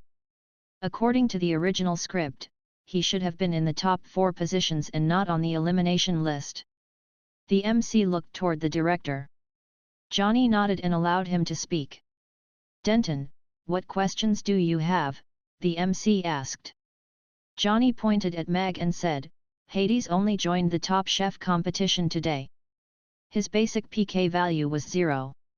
How can he reach 3 points within just a few hours? This is impossible." The other contestants had almost the same expressions. They all looked at the judges and MC. "That is indeed a little strange." David agreed with a nod. As a permanent judge of the competition for 3 seasons, he knew clearly that at the semifinals, the 3 points from the online score meant that Hades's PK value had already gone past 30 million. Although it was way lower than the average points of the other contestants, it was actually very high for a contestant who had just officially announced joining the competition 5 hours ago. With the contestants' and judges' suspicion raised, the MC raised his hand calmly and said, "Please switch to the real-time PK board." The screen on site switched to the PK board of the 8 contestants. Angelina was in the top place with 0.15 billion. The second was Iman with 0.13 billion. The last place on the board was Hades with a PK value of 35 million. 35 million, and the number was still rapidly increasing. The screen also showed the calculation method. According to the calculation, Mag's online score was at 3.1 now. Another 0.1 more than before. What did this fellow do? This was what all the judges and contestants thought. What a joke, Hades is now brother righteous with billions of fans online. You need to understand them. After all, the contestants and judges have been off the internet for 2 hours and they don't know that times have already changed. If you and I don't vote, when will Brother Righteous reach the top? Brothers, cast your votes. The netizens were all going wild. They were all very satisfied with the result. Denton was about to go crazy. Are you mad? This is the live stream of the Top Chef competition. Even if you don't want your life, I want mine. Just then, Denton's manager's slightly trembling voice exploded in his ear, shaking him awake instantly. Denton swallowed whatever words he wanted to say back in. This is incredible. I accept it. Congratulations, Hades. Denton controlled his emotions and squeezed out a smile at Mag. Thank you. Mag saw Denton's ugly smile and found it very funny. He smiled even more brilliantly. The queries of the contestants had been answered and the programming division even gave each eliminated contestant some time to bid farewell at this stage. Although this was a culinary competition, the contestants themselves were almost celebrities, considering how much viewership and popularity the show had. The top 8 contestants of all seasons were mostly signed under Mocha Group and debuted according to their specialty. The eliminated contestants left the competition stage and the contestants who advanced took their seats successfully. The judges congratulated them on advancing and at the same time, announced that the semifinals would be held the next day. The competition rules would be announced on the day of the competition itself. That was the end of a 2.5-hour-long quarter-final of the Top Chef competition. The live stream has ended. Thanks, everyone, Johnny said as he stood up and pulled off his in-ear microphone. The cameras were all turned off and the judges all stood up as they moved their stiff bodies around, after sitting for more than 2 hours. The contestants headed off stage and were all led away by their managers. Did you generate fans for me? Mag asked Xi telepathically as they walked through the long walkway. No. Xi shook her head. That 30 million is way too much. Mag was still in disbelief. The incident from the morning is still brewing. At the same time, the Top Chef competition also helped with the volume. Therefore, the popularity, Xi explained. Has Horace been arrested? Mag asked without a smile. Charlie and Bart have already been withheld by the Justice Investigation Bureau. But Horace has yet to be arrested. According to how cruel Fergus is, whether Horace would still be alive right now is still unknown. Mag shook his head. He thought for a while and said, "Give me Horace's location. I know you can obtain it. What do you want to do?" Xi stopped in her tracks and looked intently at him. I've said it before. Justice might be delayed but never absent, Mag said with a smile. You should leave such things to the Justice Investigation Bureau. Your method does not comply with the rules of the underground city. Xi shook her head. Would letting him be silenced comply with the underground city rules? Mag asked sarcastically. That's true. This rule of yours was set by them in the first place. Xi fell silent and continued walking. He should be tried and redeem himself in front of those young girls who died with grievances or are still trapped in their nightmares. He should not die quietly and be staged to look like he committed suicide, Mag said as he looked at Xi's back profile. Xi took a deep breath and turned to look at him. The rules of the programming division is that no contestant can leave Mocha building without permission. Therefore, you have to leave your bangle in the building. You only have 2 hours. I find you increasingly adorable. Mag caught up with Xi with a bright smile. Approximately 10 minutes later, the flying car driven by Xi flew off from Mocha building. Women's clothes are indeed quite uncomfortable. However, the dress is still quite breathable. Mag pulled off his headpiece and undid the buttons to the rather tight-fitting dress. There was a red dot on the screen. It was located among the mountains 3,000 kilometers away from Tucker City. It was currently stationary. This should be Horace's location. Let's go meet this scumbag. Mag switched on autopilot and started changing. Young Master Fergus agreed to help him escape based on his years of loyalty. He would receive a new identity and move far away from Tucker City to a small town at the northwestern borders. The Dixon family had a branch company there and he would become the new CEO of that company. He could return to Tucker City after staying there for 10 years. With the Dixon family's power, he knew very well that Fergus could do that easily. Although it's a border town, it's still the Dixon family's company.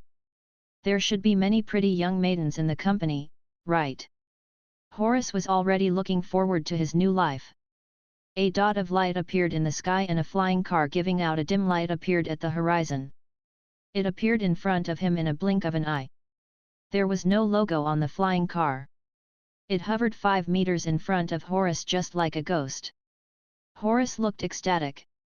He leaped off from the giant rock to the ground. The flying car's door opened and out came a young man in a black bodysuit and sunglasses. He solemnly said, "Horace." "Yes, I'm Horace," Horace replied with a smile. He was wondering why it wasn't someone close to Fergus meeting him. The young man in black clothes clicked on his bangle and confirmed Horace's identity again. Then, he looked around him and coldly smiled. "You have chosen a nice place. This place is very secluded. We won't be discovered easily. I discovered this place when I was choosing the locations." Horace was feeling a little smug, but he still hurried him. "We'd better leave now. I heard that Charlie and Bart were already arrested." "Where is your flying car parked?" the young man asked. "Right behind that rock." Horace waved his hand and a flying car flew out from a giant rock. "Excellent, then we shall be on our way now." The young man nodded and walked to his own flying car. Horace followed after the young man. He lifted his hand up to show him his bangle. "Should I change my bangle now? Will we be traced?" The young man walking in front suddenly stopped. His hand grabbed Horace's throat when he turned around.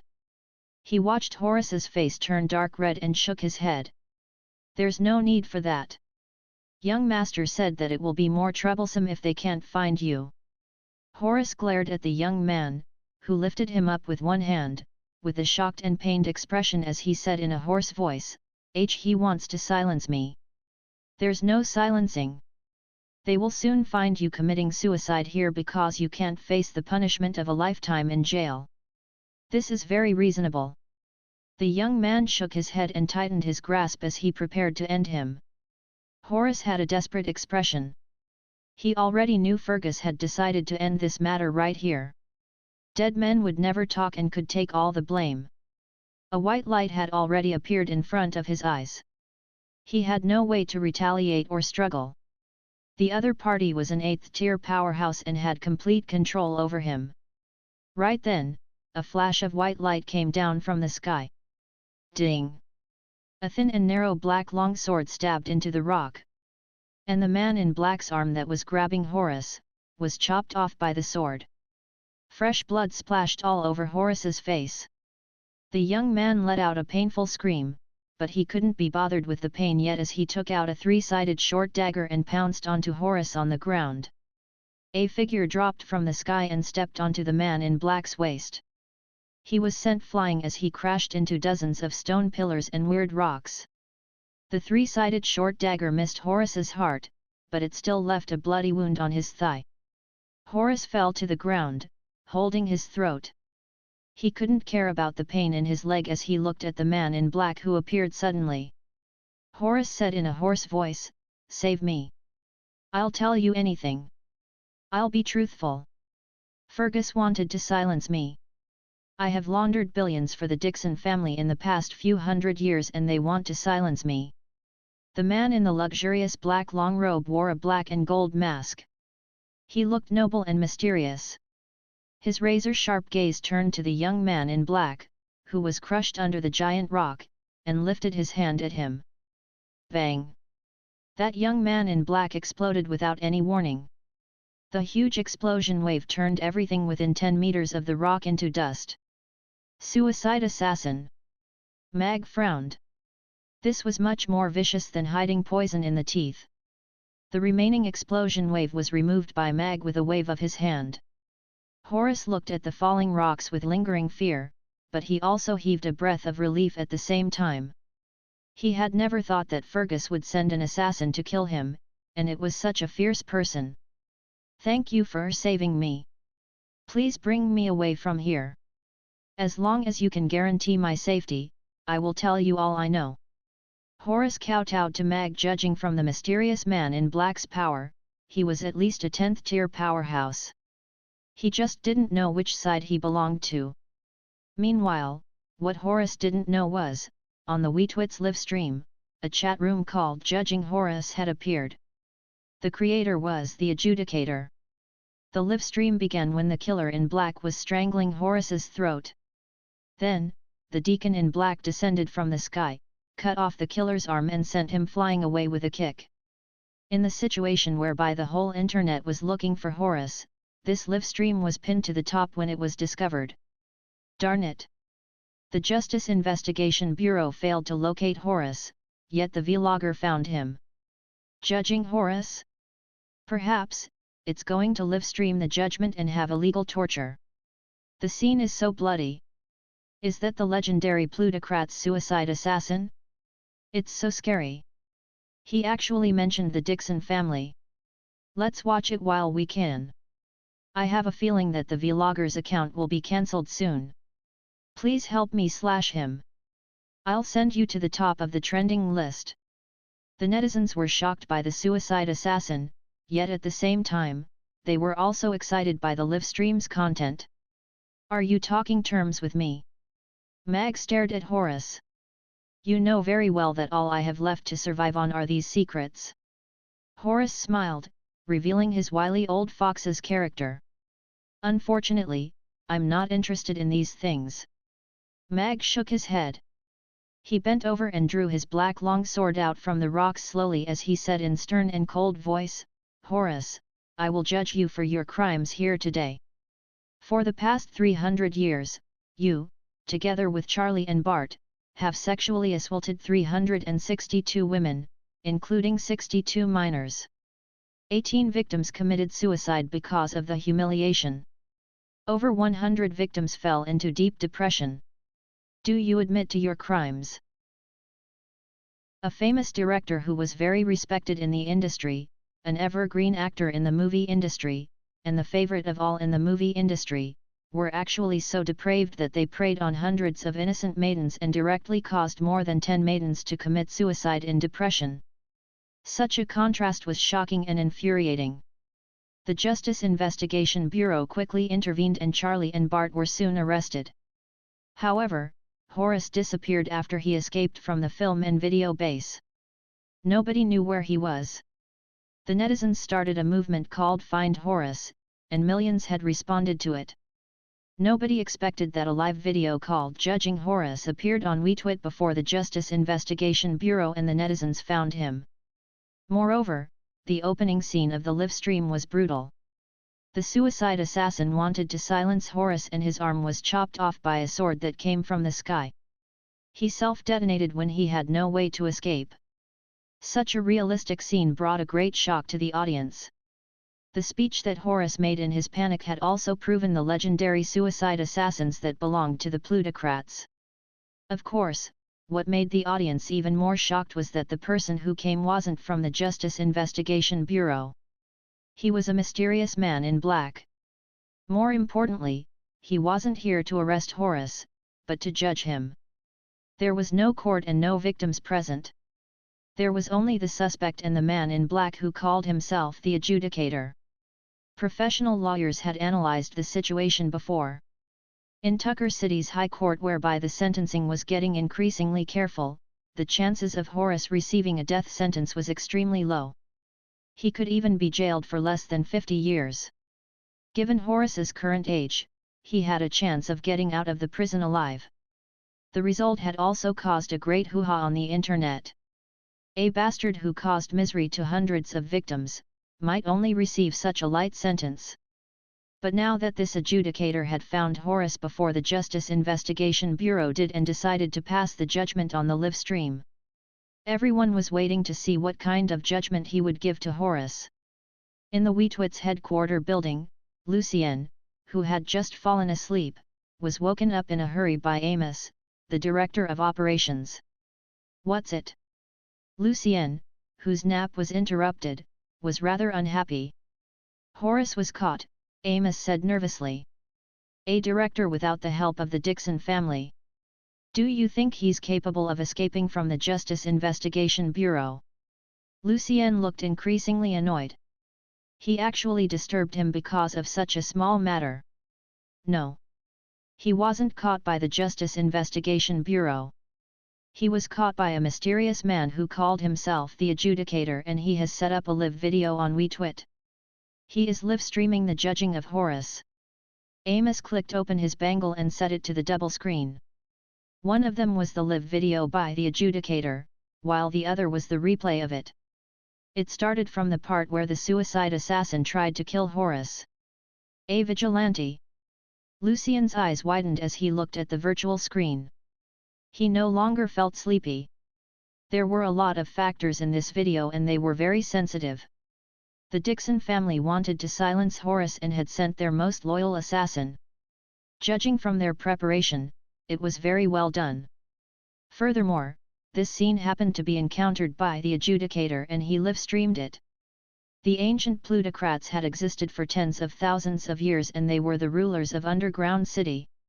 Later on, they moved behind the scenes as the political system changed, but they still ruled and influenced Underground City in other ways. Of course, this kind of control was secretive and not known by the public. And, the assassins and private soldiers that the plutocrats kept, had always just been rumors online. There had never been any factual evidence of them. Then, today's video clip pointed out the Dixon family directly. Keeping assassins, silencing witnesses. Was that the real plutocrats? Scary, scary. Frankly speaking, Lucien was a little afraid too. He knew about the power of the various plutocrats, but he didn't expect them to silence Horus so decisively. In his position, he might offend any one of them one day. Would he encounter something like that one day? "Shall we shut down this live video first?" Amos asked, using the excuse of obstructing the laws and preventing imitation. "Shutting down the live video will please the Dixon family, but we will offend the other families. Furthermore, I have to check the military's intentions." Lucien shook his head. He clicked on his bangle and dialed a number as he said, "You should go back first and wait for my news." "Sure." Amos quickly strode away. Very soon, Lucien got a reply from the military: "The people need an outlet to vent their frustration." After a moment of hesitation, Lucien sent a message to Amos. He wanted him to observe first and not interfere with the live video for the moment. Basta *D. Look at what you have done. A loud slap echoed throughout the villa. Fergus lowered his head with a swollen cheek and a panicked expression. He sent the assassin, and to play safe, he deliberately sent an 8th tier assassin to kill Horus, who was only 5th tier. However, he didn't expect someone to interfere and kill the assassin that was painstakingly groomed by the Dixon family. Horus was caught, and what was even more terrifying was, that person actually live-streamed the whole process. It wasn't a secret among the plutocrats to keep assassins. The big families had interests in all kinds of industries in the underground city. There were affairs that they couldn't settle above board. The assassins were the best candidates to handle such affairs. However, to the ordinary folks, this was an absolute secret that couldn't be discussed at the table. But this so-called the adjudicator had torn away the fig leaf, and Horace's speech had exposed the Dixon family completely. "Don't interfere with this matter anymore. I will settle it. From today on, you are grounded for 3 months, Merlin said coldly. "Chief, many affairs in the company need me. All posts in the company are suspended. We'll see again when you can do your job properly." Merlin interrupted Fergus and looked at him coldly. Fergus felt a chill up his back and lowered his head in a panic. He answered and quickly walked away. "Darn it! I will find that fellow and cut him into pieces." After he came out of the villa, Fergus' gaze was filled with ruthlessness. He punched the air angrily and the space twisted. "Locate his location right now and send our nearest forces over, but tell them not to act rashly. The other party is a warrior who is at least a 10th tier. Lock down the scene and wait for reinforcements." In Tucker City, the bureau chief of the Justice Investigation Bureau moved his gaze away from the giant screen and ordered. Rumors about the Justice Investigation Bureau's incompetencies were flying everywhere. This was a slap to their face. Damned it! Which moron in the Dixon family handled this matter? Paget dissed inwardly. At first, he didn't set this matter to be the most urgent, as he wanted to give the Dixon family some time to clean up their mess. Regardless if it was to let Horace disappear for some time, or let him disappear completely, it would look better for all of them. But now that the fig leaf was torn away completely, the Dixon family had not only failed to silence him, they were even exposed on the live stream, and the person that the Justice Investigation Bureau failed to find, was found by a mysterious man. The Dixon family should be busy shirking their responsibility right now, while he was having a headache about how to remove his incompetency charges, otherwise he could kiss his promotion in the next month goodbye. Very soon, the technical staff locked in on Horace's current location. It was 3,000 kilometers away from Tucker City. The personnel from the headquarters would only need 20 minutes to reach there. Meanwhile, the branch that was nearest to that location could arrive in 10 minutes. However, the combat power of that mountain branch was limited. The strongest powerhouse was only a 7th tier, who was helpless even if he went. The powerhouses from the headquarters were all activated. 2 battleships followed them as well. "He's actually been exposed on the spot. Fergus, that little B*TCH is going to get it, and it saved me the money to get an assassin." In the penthouse of the Twin Towers, Akali was watching the live studio with excitement on her face. However, who is this handsome man? Even though he is wearing a mask, judging from his figure and low and sexy voice, he should be a cool and aloof handsome man, right? But, I don't think that such a powerful and righteous handsome man exists among the younger generations. Akali gulped as she stared at the man with the mask. She wasn't angry that he had humiliated the Dixon family. No, no. I have just fallen for Brother Hades. I cannot shift my attention so quickly. It's immoral. However, Horace was exposed by Brother Hades, and this brother with the mask is judging him now. They are both so righteous. It's indeed the right choice for me. I will like them both. 3 In a few short minutes, the number of people that entered the adjudicator's live studio had already exceeded tens of millions, and was still increasing at a terrifying speed. Meanwhile, in the valley, Mag pointed his long sword at Horace, who was slumped on the ground. Mag had watched many movies when he was learning the underground city's language, including a few movies that were directed by Horace. He had to admit that Horace was indeed exceptional when it came to making movies. This was the reason that he won many awards at many movie festivals and was liked by the Dixon family. However, being talented wasn't an excuse for committing crimes. Those victims had never thought that a respected senior in the industry would do such a heinous thing to them.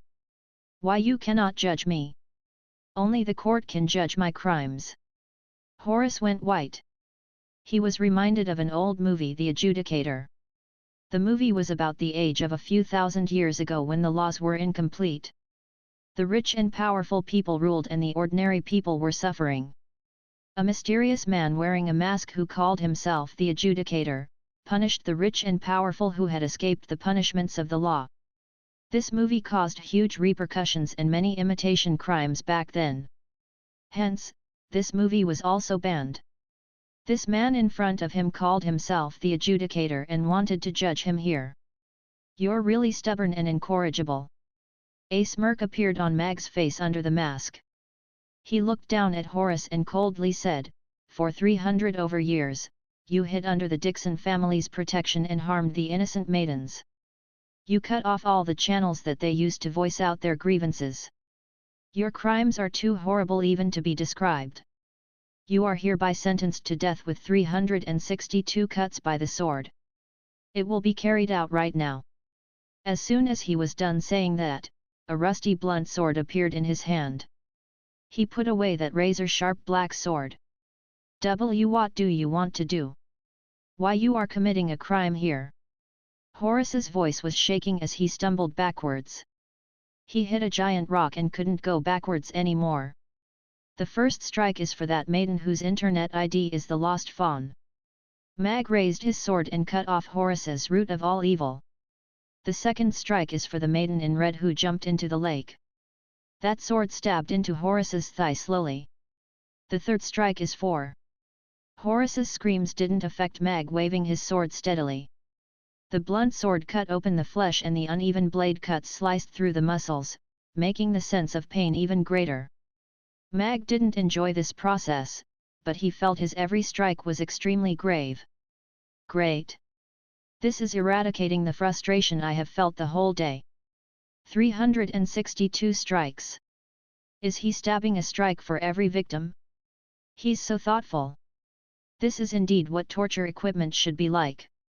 Using a sharp sword will be too easy for that old fart. The Adjudicator is back. Bad eggs, tremble." The bullet chat refreshed crazily and the netizens' emotions went wild. In Tucker City's slums, in a small and dark room, a thin middle-aged woman looked at the blurry image on her bangle and cried. There was a little dark yellow bear made of cloth in her arms. She caressed the bear and softly said, "Casa, someone has avenged you. That bad guy is being judged finally." In the video and film base, at a production group that was filming, the female co-star who was getting ready for her scene, suddenly broke down. After saying her apology, she covered her face and ran to the bathroom. She locked the door and crouched at a corner. She looked at Horace who was being stabbed repeatedly and smiled, but her tears marred her makeup. At a rubbish dump at the corner of the street, a woman who was in a daze, saw the live stream that was playing in the bakery across the street. A hint of clarity suddenly appeared in her eyes. She stumbled over to the floor-to-ceiling windows at the bakery and then smiled. Her eyes got increasingly clearer. It was something that could be bought at the underground city's pharmacies everywhere. It wasn't expensive but it was very effective. "Kill me. I know I am wrong. Kill me." Horace's voice was filled with fear and pain. He suddenly regretted that he didn't let that assassin kill him earlier. He could have had a quicker death. Fresh blood oozed out from the wound slowly. The healing pills kept him alert and he could clearly feel the excruciating pain from every wound. As that cold voice read out the names along with the strikes, some images appeared in his mind. It was those women whom he had assaulted. Once, he had enjoyed the way they struggled. Their futile struggles only made him more excited. Right now, a sword appeared in each of their hands as they stabbed him with a menacing expression. They came for revenge. They consolidated their humiliation into their swords and stabbed them into his body hard. The 208th strike. For the girl who loved the blue sea but can't be buried at the seaside. Mag's voice still didn't waver. His blunt sword stabbed into Horace's elbow, severing his bones and tendons and separating his joints. Mag's gaze swept over the cliff afar away. 3 figures appeared on the cliff. The silver badges on their chests were reflecting the light. The people from the Justice Investigation Bureau were here. 10 minutes. They were rather efficient. However, the leader was only a 7th tier. Even though he had locked in on him with the sniper rifle, he didn't fire. They should have rushed here from the nearby bureau branch, right?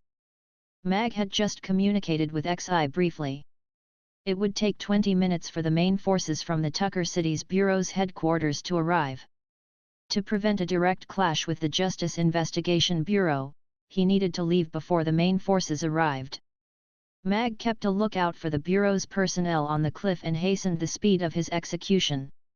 The other party shouldn't have XI's level of bullpup assault rifle, but it would be best to play safe. Otherwise, it would be very embarrassing. Captain, what shall we do now? On the cliff, 3 investigators were hiding in between a giant rock and the bush. One of them even had a bullpup assault rifle set up in front of him. It was already locked onto that black figure in the valley below. They were 5 kilometers away from the valley and Mag was within the sniper rifle's lethal zone. He has already discovered us. The sniper removed his finger from the trigger.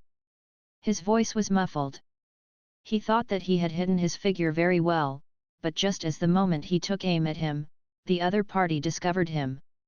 This sniper rifle could let him kill his enemies 5 kilometers away. If the other party wasn't aware, even a 10th tier powerhouse could be killed with one shot. However, when he met the man's dark eyes under the mask through the gun sight, even his soul trembled. That sense had already exceeded the pressure brought by a 10th tier powerhouse. He chose to give up on killing a being that could be a super powerhouse. The order is to let us form a perimeter, so keep a watch on him, don't let him leave and wait for the team to arrive, the captain said in a low voice.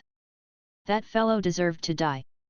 He has harmed so many maidens, the team member at the side mumbled. You can say that privately, but don't say that when the people from the headquarters arrive. You might lose your job, Quark said smilingly. He was also looking down at the execution site in the valley with a complicated gaze. He chose to leave Tucker City's headquarters and come to this remote forest branch back then because he couldn't stand all that bureaucratic stuff. The laws that were written were the same, but punishments that were issued were different. There were always a pile of reports and evidence on people like Horace, but he was still active at all the movie festivals in the past 300 years and still accepting hundreds of millions to make the blockbuster movies. Even when the military had gotten increasingly powerful recently, they still couldn't do anything about it. He had noticed Horace's incident this morning too. However, Horace would either be hidden by the Dixon family or silenced, or the Dixon family would affect the judgment and let him be jailed for a short period of time. After the incident cooled down, they would come up with all kinds of reasons to get him out of the prison for medical care. The Bureau couldn't even teach the plutocrats' dogs a lesson, let alone seek justice for the victims. He didn't expect such a fierce person to interrupt when the Dixon family was trying to silence Horace. Live streaming on the internet. Judging on the spot. Executing him on the spot. Although he knew that this was against the rules, he was wavering a little right now. If this so-called the adjudicator didn't exist, when would the maiden's grievances be ever redressed? How much longer would those sleazy men keep reaching out at those maidens who couldn't defend themselves? This fellow had removed the fig leaf that was covering everyone. Those chaps must be fearful now, right? The Justice Investigation Bureau has sent 2 battleships and 8 10th tier powerhouses. They will enter the combat range within 8 minutes. You have to evacuate within 5 minutes. XI's voice appeared in Mag's earpiece and 2 red dots were rapidly getting closer in his vision. The timing is perfect. Mag withdrew his sword from Horace, who had turned into a bloody man, and found another clean spot to stab again. The 362 strikes were Mag avenging those victims that were recorded, but there should be many victims who had kept this matter in their hearts because of all kinds of reasons. Kill me. Please kill me. I can tell you everything I know. Fergus from the Dixon family was also involved. He even killed a girl. She was buried under that big tree outside of the movie base. I also know about many matters in the industry. As long as you promise to kill me with the next strike, I'll tell you everything. Mag's sword halted as he asked Horace, "You said Fergus killed a girl and she was buried under a tree outside of the movie base? Is it real?" "Yes, it's real. He was interested in that girl, so I brought her to his room. The girl put up a fight and he killed her. We buried the body together. It's real." Horace quickly and looked at Mag with reddened eyes. "You can kill me now. As the accomplice, you get one more strike." Mag stabbed the blunt sword in as he spoke coldly.